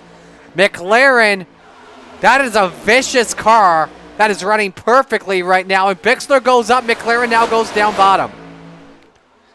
Now, right now, if you're Bixler, you're in a little bit of trouble. You're up high. You have to pitch shortly. You got to get low as soon as possible, Zach. Yeah, you definitely don't want to be caught out. I mean, that could cause a big accident as we're barreling around over 180 mile an hour. Got that second pack that's barreling around as well, led by Jeff Kemper. This may be a pack with a lot more cars in it. So you know that's 11 cars in that pack. Sorry, go ahead. Yeah, I saw Jeff and Cullen getting a big run on the outside. I was the lead car of the second pack. I saw them getting a big run. They're working together really well. And I figure, you know, they're working together better than Gary and I were. No reason. You just let the front 2 guys go that are fast and just fall in line. Benefits all of us. They're 6/10 off the pace of the leaders. So if they can get to a single file train, maybe something good could happen. Coming to 30 laps to go. It's been a long one. Just at the bottom of the hour here. Get back on board here, this time Matt Moreau. Just under 190 miles an hour off of turn 4. Had to let off to avoid bump draft in the 41.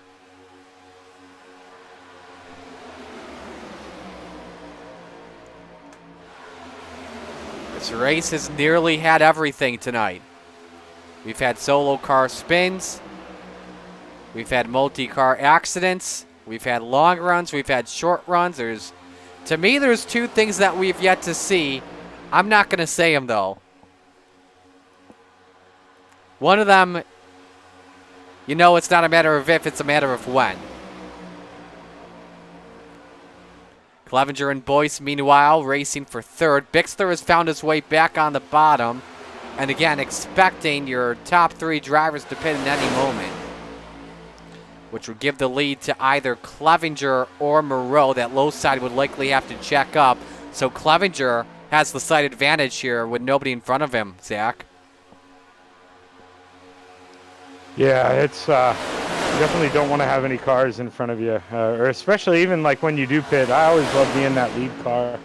You can drive in as hard as you want, and normally, you know, you don't have to worry about anybody slowing down way in front of you. I'm hearing people getting ready to pit, Marty. Yep, that's likely the 4 drivers that stayed out under that last caution. Sad music checking in, rooting for Colin Johnston this evening as you see Clevenger with a nice bumper to Dan McLaren, who could get himself out in front off for turn 4. Here we go. Boyce spun off for Moreau.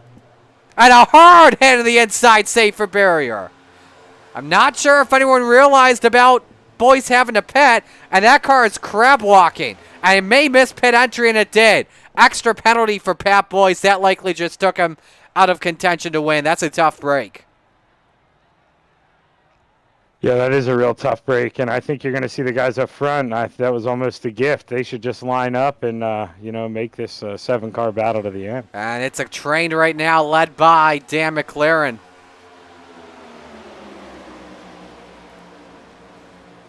Let's take a ride on board with Pat Boyce. Wrong angle, I'm sorry. We'll get it to you in just a moment. Stand by. May have to rewind this. And that's what we're going to do.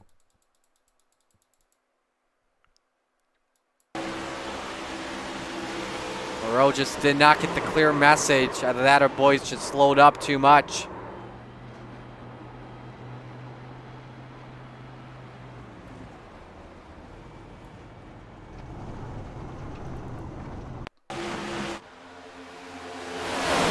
Another shot off for 4. Man, that just pancaked the driver's side. Change for the lead here, meanwhile. As Clevenger puts the 78 back out in front with help from Donovan Ross and Keith Jackson. So it's SRC 1, 2, 3. Yes, we can read our ABCs. They're trying to get a gap on Moreau and Floyd. So it's 3 SRC, 3 amongst the, I guess you could say, the pink teammates, Floyd, Atkinson, and Moreau. Mr. Lonely when it comes to this lead pack is Dan McLaren. And now we start to see some drivers stay single file and also trying to work together. Led by Jeff Kemper in 8th, working with his teammate Zach Chapman. And Neil Strauser has made a nice comeback after spinning out on lap 2, started on pole, couple laps down, he's in the top 10. Right behind you there too, Zach. Yeah, Neil, I think they're talking about pitting here. I think we've got to work something out because I'm not going to be able to pit with my teammate, I don't believe. They pit with 1 to go. They should be able to go an extra lap than me, so it's going to be Oh, look at this. for me here. Moreau slowed up by Roland Olsen, trying to give him a bump draft, and Moreau is probably ticked off because of that. Here comes Devo for the race lead. And something you just mentioned there too, Zach, the fuel window. Should we go the distance? Should we end in regulation? The fuel window opens, not this time by, but next time by. Moreau takes her downstairs 3 wide. Ross takes the race lead meanwhile. Clevenger back to 2nd for right now. And luckily no wreck happens in the front of the pack for now. Yeah, we're loving them mixing it up. We've got the front pack back to within almost 3 seconds, so we're really trying to reel them in. Yes, Kemper's closed the gap by 0.3 of a second. Here's a look at the time delta and how that is closing down in the last 5 laps.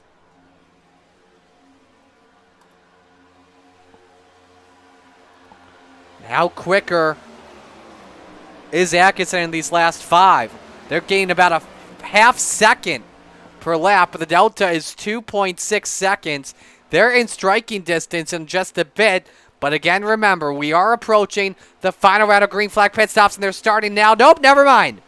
Thought for a moment Floyd and Atkinson were coming in. I think they had a close call, either that or carrying too much speed. They decided, you know what, we're going to wait 1 more lap. Maybe trying to fake some other drivers to say they're coming in. This breaks up the lead pack a lot.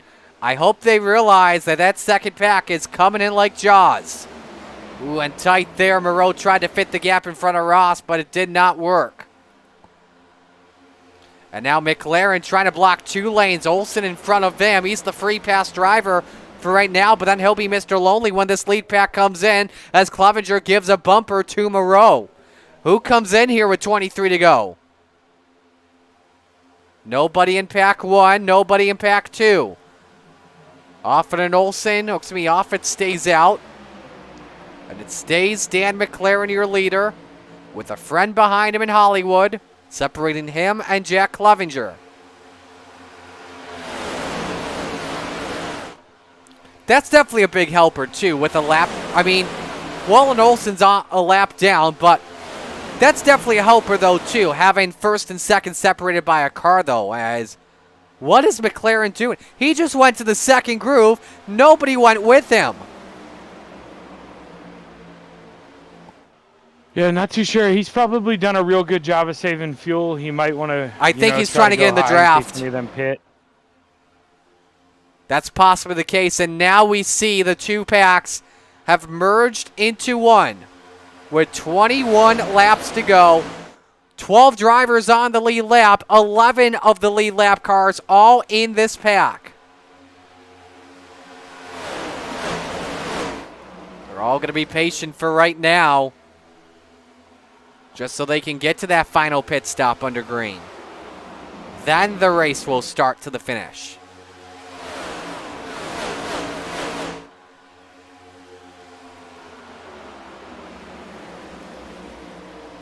Do you want to pit first or pit last, Zach? How do you do this as a driver? I don't have a choice. I'm not going to make it, I don't think, if I go one more, so I've got to go here. All right, got a lot of drivers coming in this time. Led by Donovan Ross. Oh, McLaren! Loose off of Jackson! Oh, he gets turned! McLaren goes around. That may cost him a chance at winning it. That's a heartbreak there if you're Soupy. But a bunch of drivers on pit road. Gas and goes. Neil Strauser had pit a lap early. Excuse me, I don't know who that was. May have been Jim Bowie, but gas and goes for a lot of guys. Ross, 8 seconds. Clevenger, 8 seconds. Zach Chapman with a 2-tire stop. Neil Strauser coming out. 4 tires. Kemper does 4. Off, I believe he did 4 too. Nope, he did fuel only. Next driver, Cullen Johnston by himself, hoping somebody else was going to come in, and he got loose coming onto pit road. Makes a great save. I think he may have locked the brakes up, possibly, trying to make pit road speed. And we will bring up the track map, show you where your favorite drivers are. Now we just wait for your top 3 and the teammates of Floyd, Moreau, and Atkinson. And they are with a pack of cars, too. Salty Dogs with them. I made the stop first. You see, Floyd had to check up because Offert was right in front of him. And same with Parma Lee. They don't want to go high because if they go high, they'll be forced to go one more lap. I think they're going to pit right now. And yes, that's the case. Got to make sure, don't do what Atkinson did. Trying to make 60. Floyd with a heavy lockup. That's going to flat spot the tires. He'll likely have to take a set. 4th place car is Jack Clevenger. Him, Ross, and Zach Chapman are down the super stretch right now. If they take fuel only, they should be okay, though.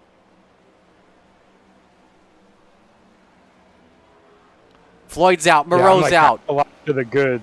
So anybody who pitted after us should easily be able to make it. Fuel only for everybody, and everyone should be good to go the distance unless there's overtime. Now, Clevenger just crossed the line. You got to get to turn 2 in order to merge properly. You're on board with the 78 right now. We'll go with Ross, too, as he pushes Clevenger. This is going to be a tight merge off for 2. They can come onto the track, but they don't have the speed. Down to 2 seconds. 1.5 seconds. 169 to 191. Here they come. This is going to be tight. I think they'll be able to merge with the top 3, but Moreau, Floyd, and Atkinson should be the podium cars.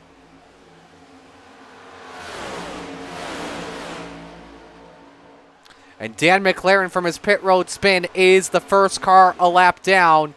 He will need a caution.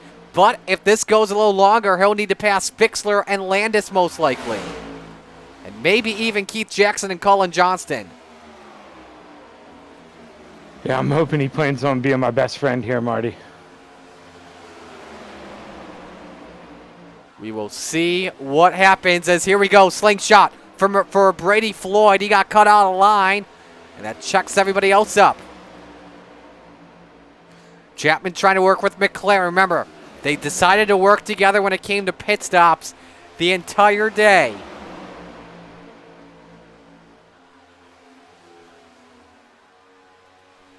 And we'll see if that works, but the draft is just completely on the bottom, and the bump draft for the top 3 has just worked perfectly for them all day.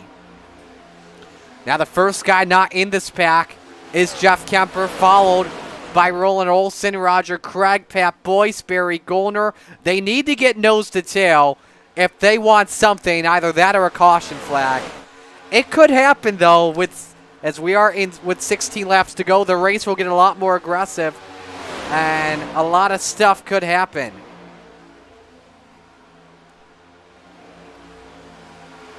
You see, Clevenger can get past, has to deal with Chapman. That's the race for 4th.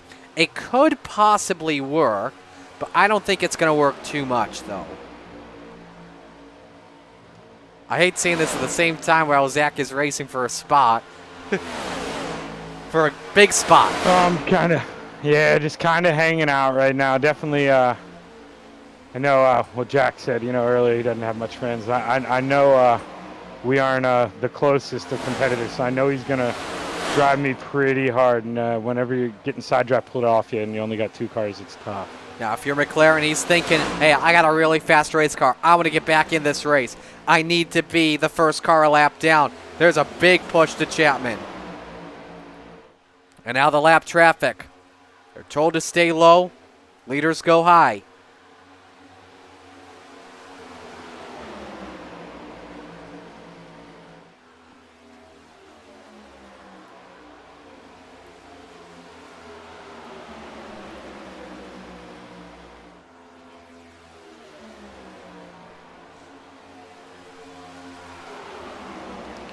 Big push by Floyd to Moreau. And look at this breakaway the top 4 have. Chapman, Ross, and McLaren really getting held up by Bixler and Landis.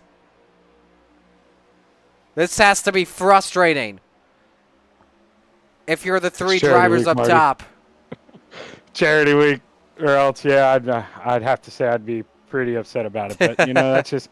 Some guys, you just got to take a mental note and remember, hey, they did that to me. And, what goes around comes around. You know that. Now, right now, Landis is in the draft of the leaders. McLaren really knows that he needs to get back in this race, so he may have to work with Donovan Ross. Or even whoever that car is in the back. That's Bowie in the 058. And now Chapman getting sideswiped by Ross. And a big wobble by Floyd in that 53 for him. And look at this pack all coming together. Lapped cars and leaders in theaters coming soon.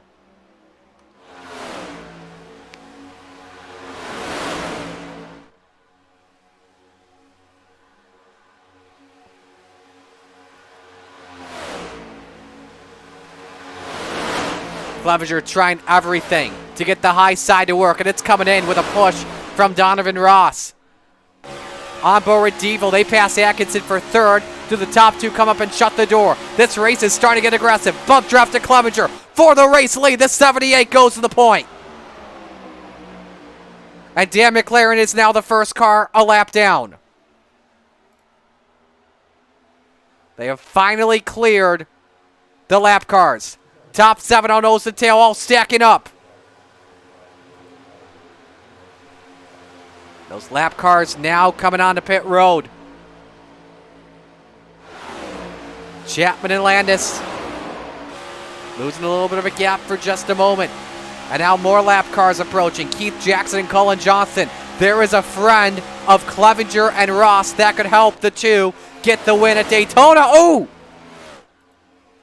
Close call for Shaggy as he's good to go.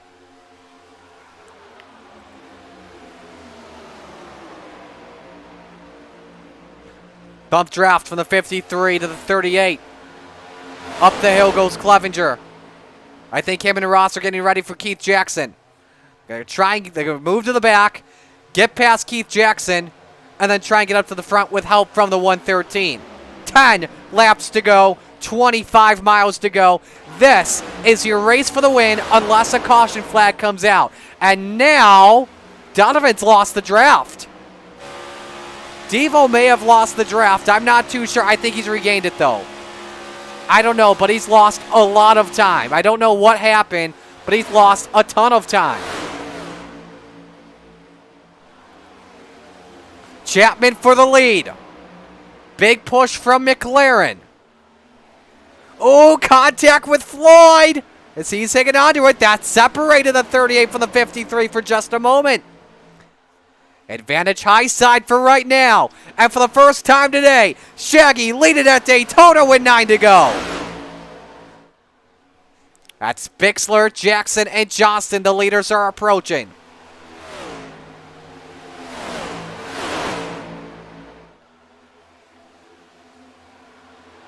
And now Ross and Clevenger back up there with the leaders. And you know they're going to get help from Keith Jackson. Roger Craig off the track. He's back on it. You know it's going to happen. Ross, oh, look out! Ross in the grass! Hanging on for dear life! He had the lead for a moment! Big checkup, and he's upside down! Clevenger! McLaren! He just took out like the entire field except for Atkinson! That was ugly. And there are going to be some angry drivers after this one.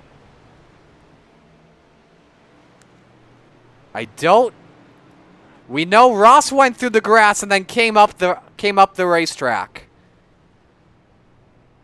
And that is how this entire wreck started. We are going to watch from an aerial shot and show you what caused all this calamity. So Ross coming up on Steve Bixler. He looks to go low, and Bixler just tried to cut him off. That sent Devo through the grass. I would love to look at his telemetry. Then Jackson tries to block Chapman and McLaren. Everybody getting squirrely. And then Ross up the track gets Clevenger and Moreau and Floyd. That's the entire top 5. First car through is Jesse Atkinson. That is insanity.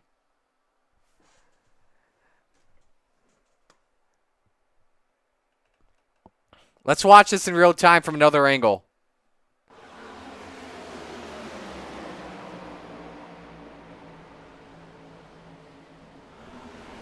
That's the entire lead pack that just took each other out except for Jesse Atkinson. And we are going to ride on board with Jesse Atkinson first. This is like Austin Dillon in 2022. What a read. Great job from Atkinson to miss that wreck.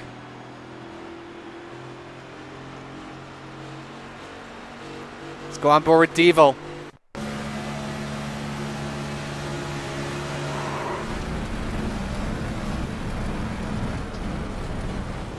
He can't control that car's. When that car is on grass, no chance in hell you're steering that thing. I hate to be the bearer of bad news, but that's just how that works. Let's go to Matt Moreau. Now let's go from another angle. There we go. Nowhere to go, one bet. When Devo is completely on top of him. Zach Chapman's on board. Hit the depressing on board. You had it missed, and then you didn't. Let's watch from the rear end. And just look at all this crazy stuff happening. And we'll go one more. We'll go with Clevenger.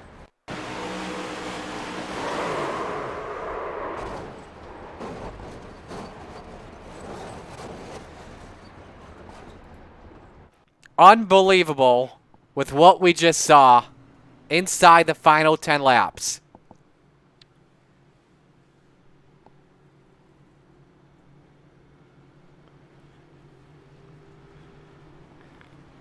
So it's Jesse Atkinson that restarts as the leader. Luckily, if you have a quick repair, you're still in this race. Gary Offutt second. A lot of drivers will take a wave around here. We did see some drivers top off on fuel in case of overtime, too. The only two that stayed out were Atkinson and Offutt, so as long as this race doesn't go to overtime, they will be fine. If it's 2 overtimes, they may be in trouble. Brady Floyd third, Jeff Kemper fourth, Neil Strauser fifth, Zach Chapman in sixth. I believe Colin Johnston is back on the lead lap in seventh. May have been the first car a lap down. Don't quote me on that, though. Jackson also He's actually in front of me. So he must not have got the lucky dog. He must have just been in front. A lot of drivers that were about to go a lap down were on the lead lap because that wreck was in front of the leaders. That wreck, I'm sorry, they were in front of the leaders when that wreck happened. So Yeah, definitely Alrighty. bad timing for me. Nobody I would have rather had behind me than that 88 of Dan McLaren, that's for sure. I felt like I was going to be the car to beat with Dan behind me. And McLaren, long time on pit road. He's likely out of the race in this one.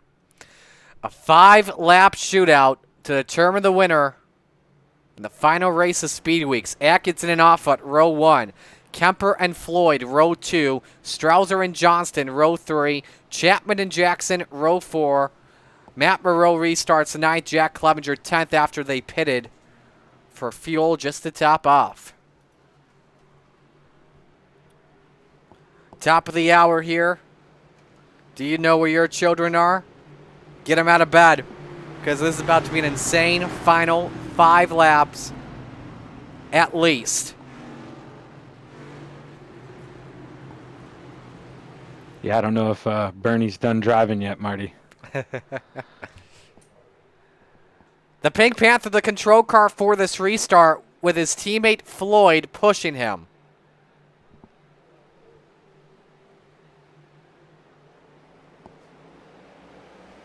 Great jump by the top 2. Offutt caught sleeping big time.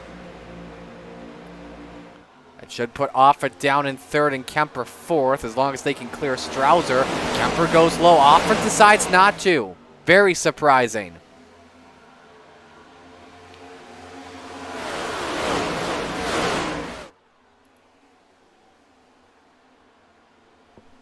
Here we go. Big move from Chapman to the outside. And a big move from Keith Jackson. Highside's got the steam.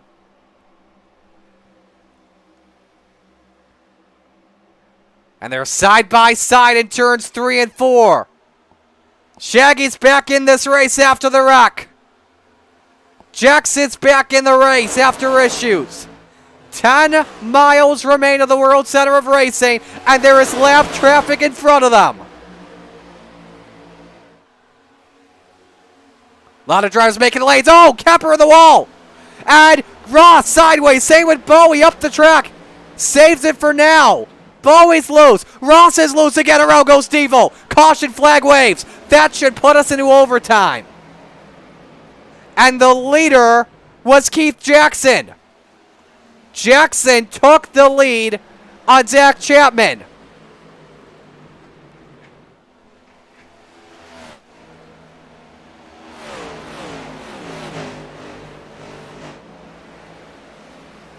And again, angry drivers again? Probably. Let's show you this pass for the lead. Went inside, and as the spin happened behind was when the yellow flew.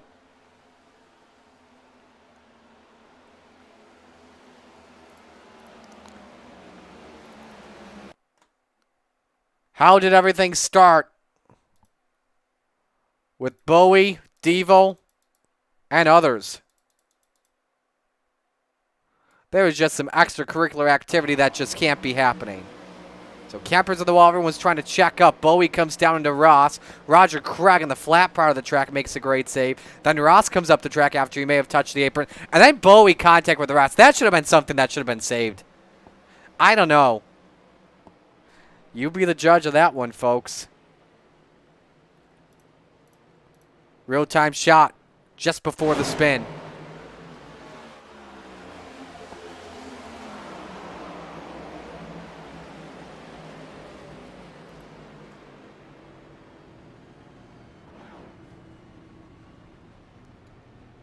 Let's get you an onboard here if we can of Ross. Here we go.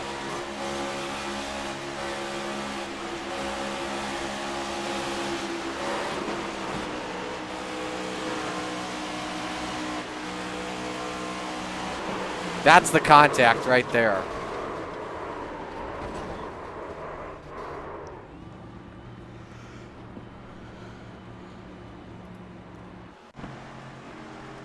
Alrighty. So once again, and not surprising at Daytona, we will go to overtime. Coast to coast rules.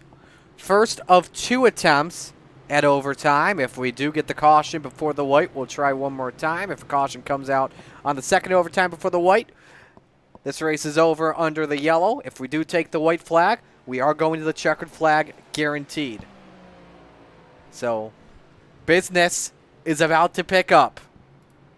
Let us know who you think is going to win this one in the chat while we wait. We're just going to let you take in the sights and sounds of the onboards.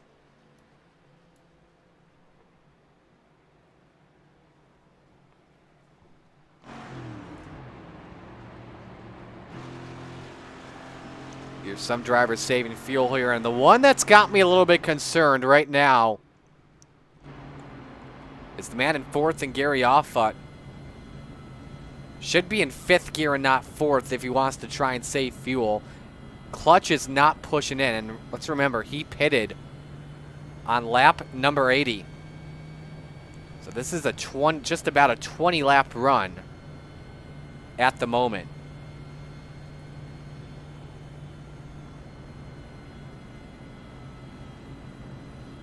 Yeah, he's going to be pretty close because us guys that pitted, I've got 7.3 laps left. So, I mean, we're good for another green-white checkered, but the guys who didn't pit under that last caution, they are definitely going to be pushing it, especially if we get another green-white checkered. Jesse Atkinson pitted on lap number 82. Don't know what that was about between him and Matt Moreau. Maybe some pleasantries being exchanged. Let's reset the field after the 7th caution of the race. It is Keith Jackson selecting the inside line. Him and Zach Chapman make up row number 1. Cullen Johnson inside row 2. He worked with Keith Jackson on that long run. Gary Offut next to him. Row number 3, Matt Moreau and Jesse Atkinson. Row 4, Neil Strauser and Brady Floyd. Atkinson has a friend behind him.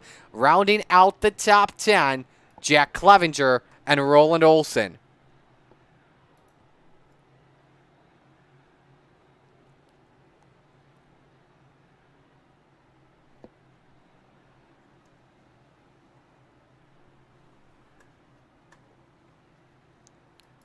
This is going to be one where you're going to want to hang on to your seats.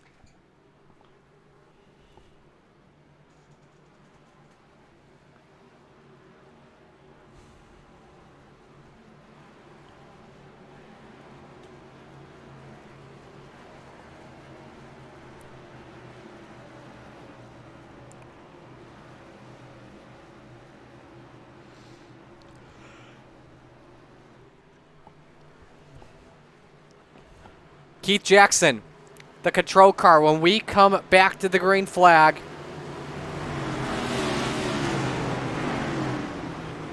Something else to keep in mind, he's racing for the asphalt title. A good finish for Jesse Atkinson. He should have the overall title wrapped up. And again, we'll keep you posted on the points immediately as soon as this race is done. First of 2 attempts at overtime. Keith Jackson to bring us back to green.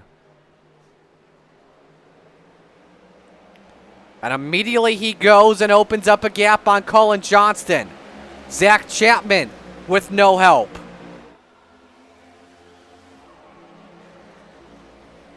And you see the low line with the advantage. Jackson comes down. Johnston's got the draft. Moreau and Floyd, 3rd and 4th on the low line. Let's see if Floyd and Atkinson go up to the outside to work with each other as well as Chapman, which they do. Johnston thinking about looking low, and he does for the lead. The 13's door to door. Johnston yet to lead in this race today, and it may be coming at the perfect time. Chapman goes around. Caution waves. No, he saved it. Staying green, staying green. Caution now waves. They did not make it to the start-finish line, so we will try one more time, and Cullen Johnston is your race leader.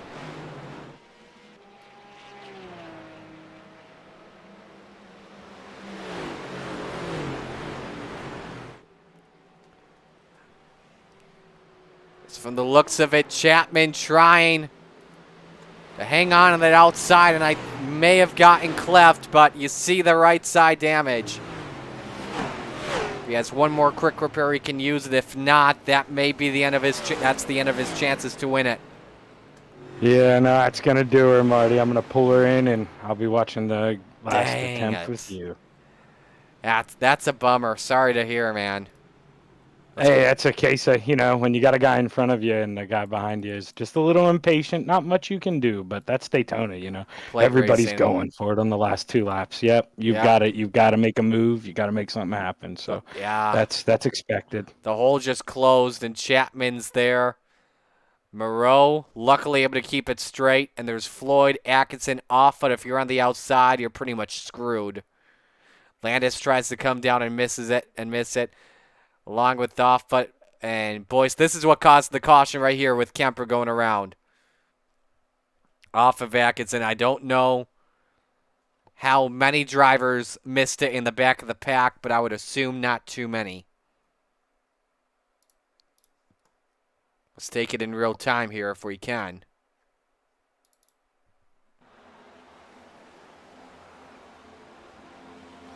So Donovan Ross, too, gets sideways. And let's take you on board with Devo as he's trying to dodge it. Misses it there, and then I think that was the contact with Roger Craig. Kisses the safer barrier. I think that's the only onboard we'll watch.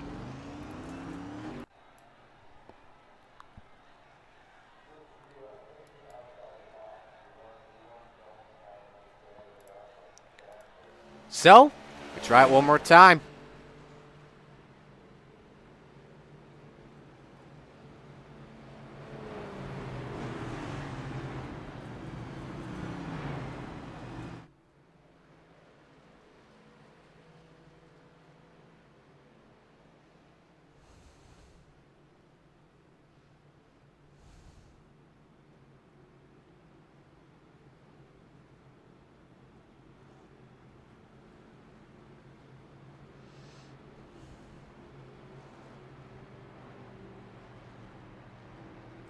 So let us know now who you think is going to take this one. Dean's still watching. He's tuned in at the right time. Dean, are you still in South Carolina or Georgia, or where are you at now?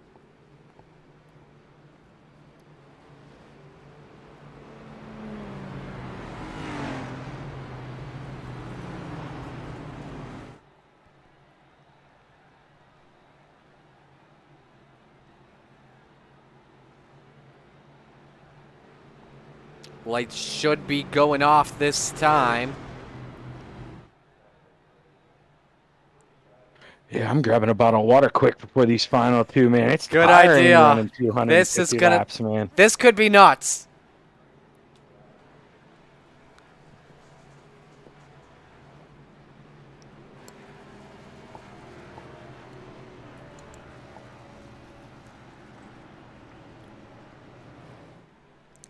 Final restart. In just a moment. Our 8th caution of the day. Colin Johnson, been quiet, been patient all race long, and is leading for the first time tonight. Him and Keith Jackson round out row number 1. Matt Moreau just barely missing the wreck. Same with Neil Strauser. That's row 2. Jack Clevenger next to Hollywood Olsen in row number 3. And behind him, a Yoo-Hoo car in Terry Landis. And next to him, it's Barry Goldner. Rounding out the top 10, Donovan Ross and Steven Bixler. Could have a bunch of salty dogs / retreads challenging for the win. And now we've got Keith Jackson blinking. Don't give me shades of Gary Sigelcow for Monday night, please.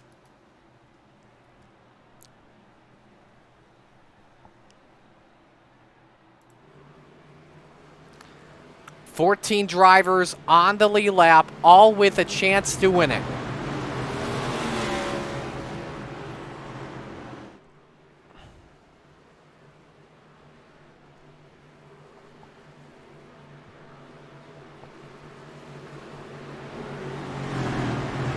Field making their way off of turn 4.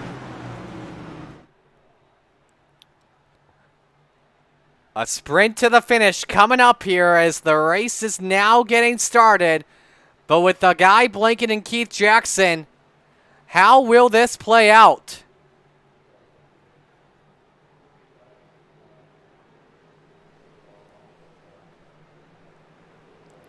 Here we go.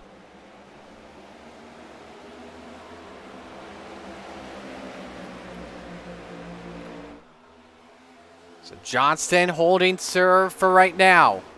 And there's a big push from Moreau with Clevenger behind him. Jackson can't tuck it in line with the speed that Barry Goulner has. Field single file off for turn 2. First move made by Moreau. Help from Clevenger. Moreau takes the 38 to the point. Shades of Monday night with that same move he made on Roger Craig. Moreau to the lead. Clevenger second. Ross to third. Clevenger up the hill wants to work with him. Everybody stacking up further back. Will they make it to the white flag is the question. I don't think they will. Sideways, Landis and Olsen. Up the track they go. This race is over. Matt Moreau takes the win at Daytona. Dadgummit!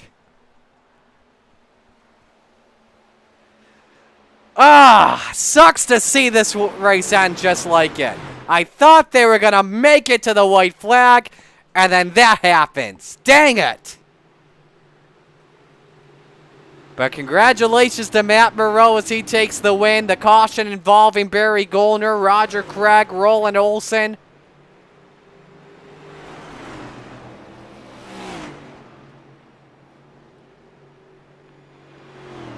That's a tough break there. Zach, what'd you see from your perspective before we get to the checkers? Just people, trying to make it 3 wide. It seemed like, somebody from the bottom came up right as somebody was coming down into the middle, and just, if you're fighting over the same real estate, that's going to happen. It's a shame it couldn't have happened about 5 seconds later, and we could have been treated to a white flag lap for the leaders because they were running hard and clean. Definitely spoiled a good finish. But all in all, I think a pretty good race and a pretty good way to end the charity week. So coming off at turn number 4, Jesse Atkinson, believe will take the gigantic gator tonight. And coming to the checkered flag here, Matt Moreau, your winner here at the World Center of Racing.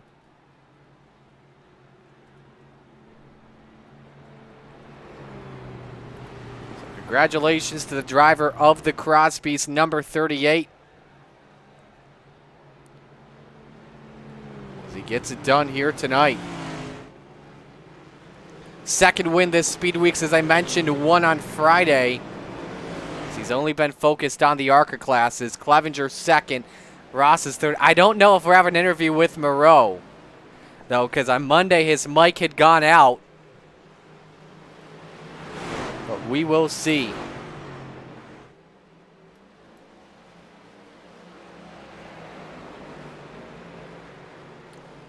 All right, let's take a look. I think we may have it here. The replay that ended this race. Just a big, of course, we have the explosion off of turn 4 between the Yoo-Hoo and Nesquik cars. You see Barry Goulner here in the middle. This is what causes it all here. Goulner stuck in a hole, and just briefly Hollywood comes down. Then up the track they won, and everyone went sideways from Kemper, Barry Goulner, Olsen, Parma Lee is involved. Hoping they were going to make it to the white flag, but in a spin that was in just a similar spot to the first overtime caution. That's where it takes place. Your top 3 will pose for a photo, and then it's burnout time. Here's a look at the results. As Moreau takes the win under caution, Clevenger second, Ross third, Atkinson fourth, Johnston fifth, Strouser sixth, Jackson 7th, Floyd 8th, Bixler 9th, and Landis rounds out the top 10.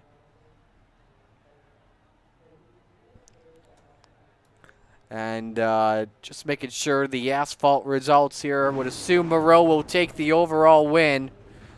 in the asphalt standings with a big gator for him. 14 drivers finishing on the lead lap. And there you see how the rest of the field ends up.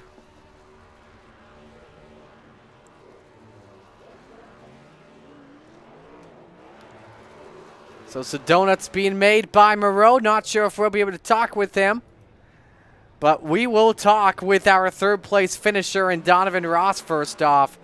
Devo, that was a race of survival. You showed it with that flip earlier tonight. How were you able to come back and finish third thanks to the help of your teammates? Out of parts in the trailer, that's for sure. That was tore up a lot of stuff. Yeah, just good communication with Keith and Jack, and just trying to keep going forward all the time, working together. What do you take away from this run?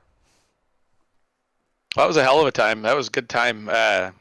We were just talking about that last yellow. We'd like to do an actual 500. Seemed to be good racing. Little, everybody's impatient a little bit, but it's a good time. Who do you want to give shout-outs to?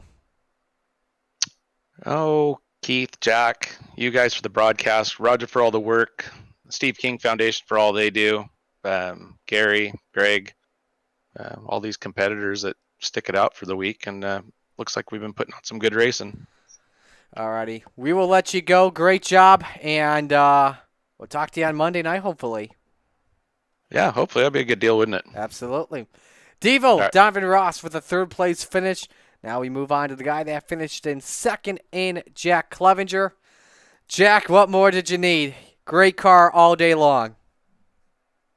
I just needed people to be patient, honestly. Like, it's frustrating, we got a long race. The race don't start till 10 laps to go, so you got to be up front, but got to show some patience too, and people making moves that are kind of bonsai. But what were you planning coming to the white flag? Well, I thought Devo was going to be there to push me, and then he dropped to the bottom, and I didn't really have a plan at that point. I was going to try and steal Devo's thunder there and see if I could get a run with him. I think we probably both would have ended up in the fence, but I was going to try and drop down below the 38 there and see what we could do, but obviously that didn't happen. Who do you want to give shout-outs to? Devo and Keith and you and Zach for the broadcasts. Just everybody that puts this deal on. It was a fun time. All righty, we'll let you go. Well done, and hopefully we talk to you on Monday. Thanks, Marty. Jack Clevenger finishing second, and now we go to victory lane. Your race winner tonight, Matt Moreau. Hopefully your mic is fixed up after Monday, but congratulations on the win. The exact same move you did on Roger on Monday to get it done. How about it? Yeah. So, yeah, my mic now works. Awesome. So, definitely a good sign I can talk to you this time. Yeah, walk us through that pass in the end. Yeah, through the end there, trying to make up ground, making it 3 wide where we can, avoiding wrecks, and then ultimately the yellow came out there just before the start finish line. I was expecting, I think it was a 78 there to pass me, but the yellow came out just as we're about to cross that line. Did you have a feeling that Chaos was going to break out in the same spot? Yeah, I had a feeling. I did get parted from my teammates there that we were working with throughout the race, which ended up actually being a good thing. They got in the wreck, and we have managed to avoid that. But I had already used the 2 faster pairs, so that was a good thing. Who do you want to give shout-outs to on this run? I'll start with the team sponsors, Pierce Graphics, Forklook Media, and Velocity Designs. I also got my real-life sponsors on the car, Crosby's, Wilbert's, the big ones. And also, huge thanks to my teammates at Asia Esports. Well, congratulations on the win. 2 wins for you in Speedweeks. Well done. Not a bad week for you, man. Yeah, thank you. I do believe Jesse might have gotten the overall. I haven't been following the dirt side of it too much, but definitely good showing for our team. You know, a lot of fun, and if you guys have the opportunity to donate to the charity, it's absolutely well worth it. That I believe he did take the overall. So, congratulations, and hopefully we see you again in Coast to Coast in the future. Yeah, sounds good. Thank you. Absolutely. Matt Moreau gets it done, and with that, I don't know if Roger normally comes in at the end of these charity events to give his thoughts on the entire week, but Zach, your final thoughts on what we've seen here all week long at not just Daytona, but also Volusia too. It's been a lot of fun. I mean, I'm a little partial to the dirt. I enjoy them both, but Volusia is one of the best tracks on the sim to me. I'm one of the few that really like Lincoln, but Volusia is probably my second favorite track. It's high flying, a lot of racing lines. You can throw sliders, crossovers. It's just a lot of room. Daytona, you get what you expect. Strings out a little bit when people make a couple mistakes, and then if we get a caution, gets punched right back up and. Normally at the end, cautions breed cautions, but it's very exciting. And at Daytona, man, you don't know who's going to win until the last lap. Absolutely. So I believe with that being said, we are going to sign off on tonight. Thanks so much for joining us on a week. We'll get back to your regular scheduled programming tomorrow. On behalf of everyone at the Coast to Coast Racing League, Steve King Foundation, all the fine drivers and sponsors, Roger Craig, Preston Kramer, and our great group of admins. He's Zach Chapman. I'm Marty Sakala saying so long. Congratulations to your winner. That's Matt Moreau. And congratulations to all your champions in Speed Week. So long, everyone.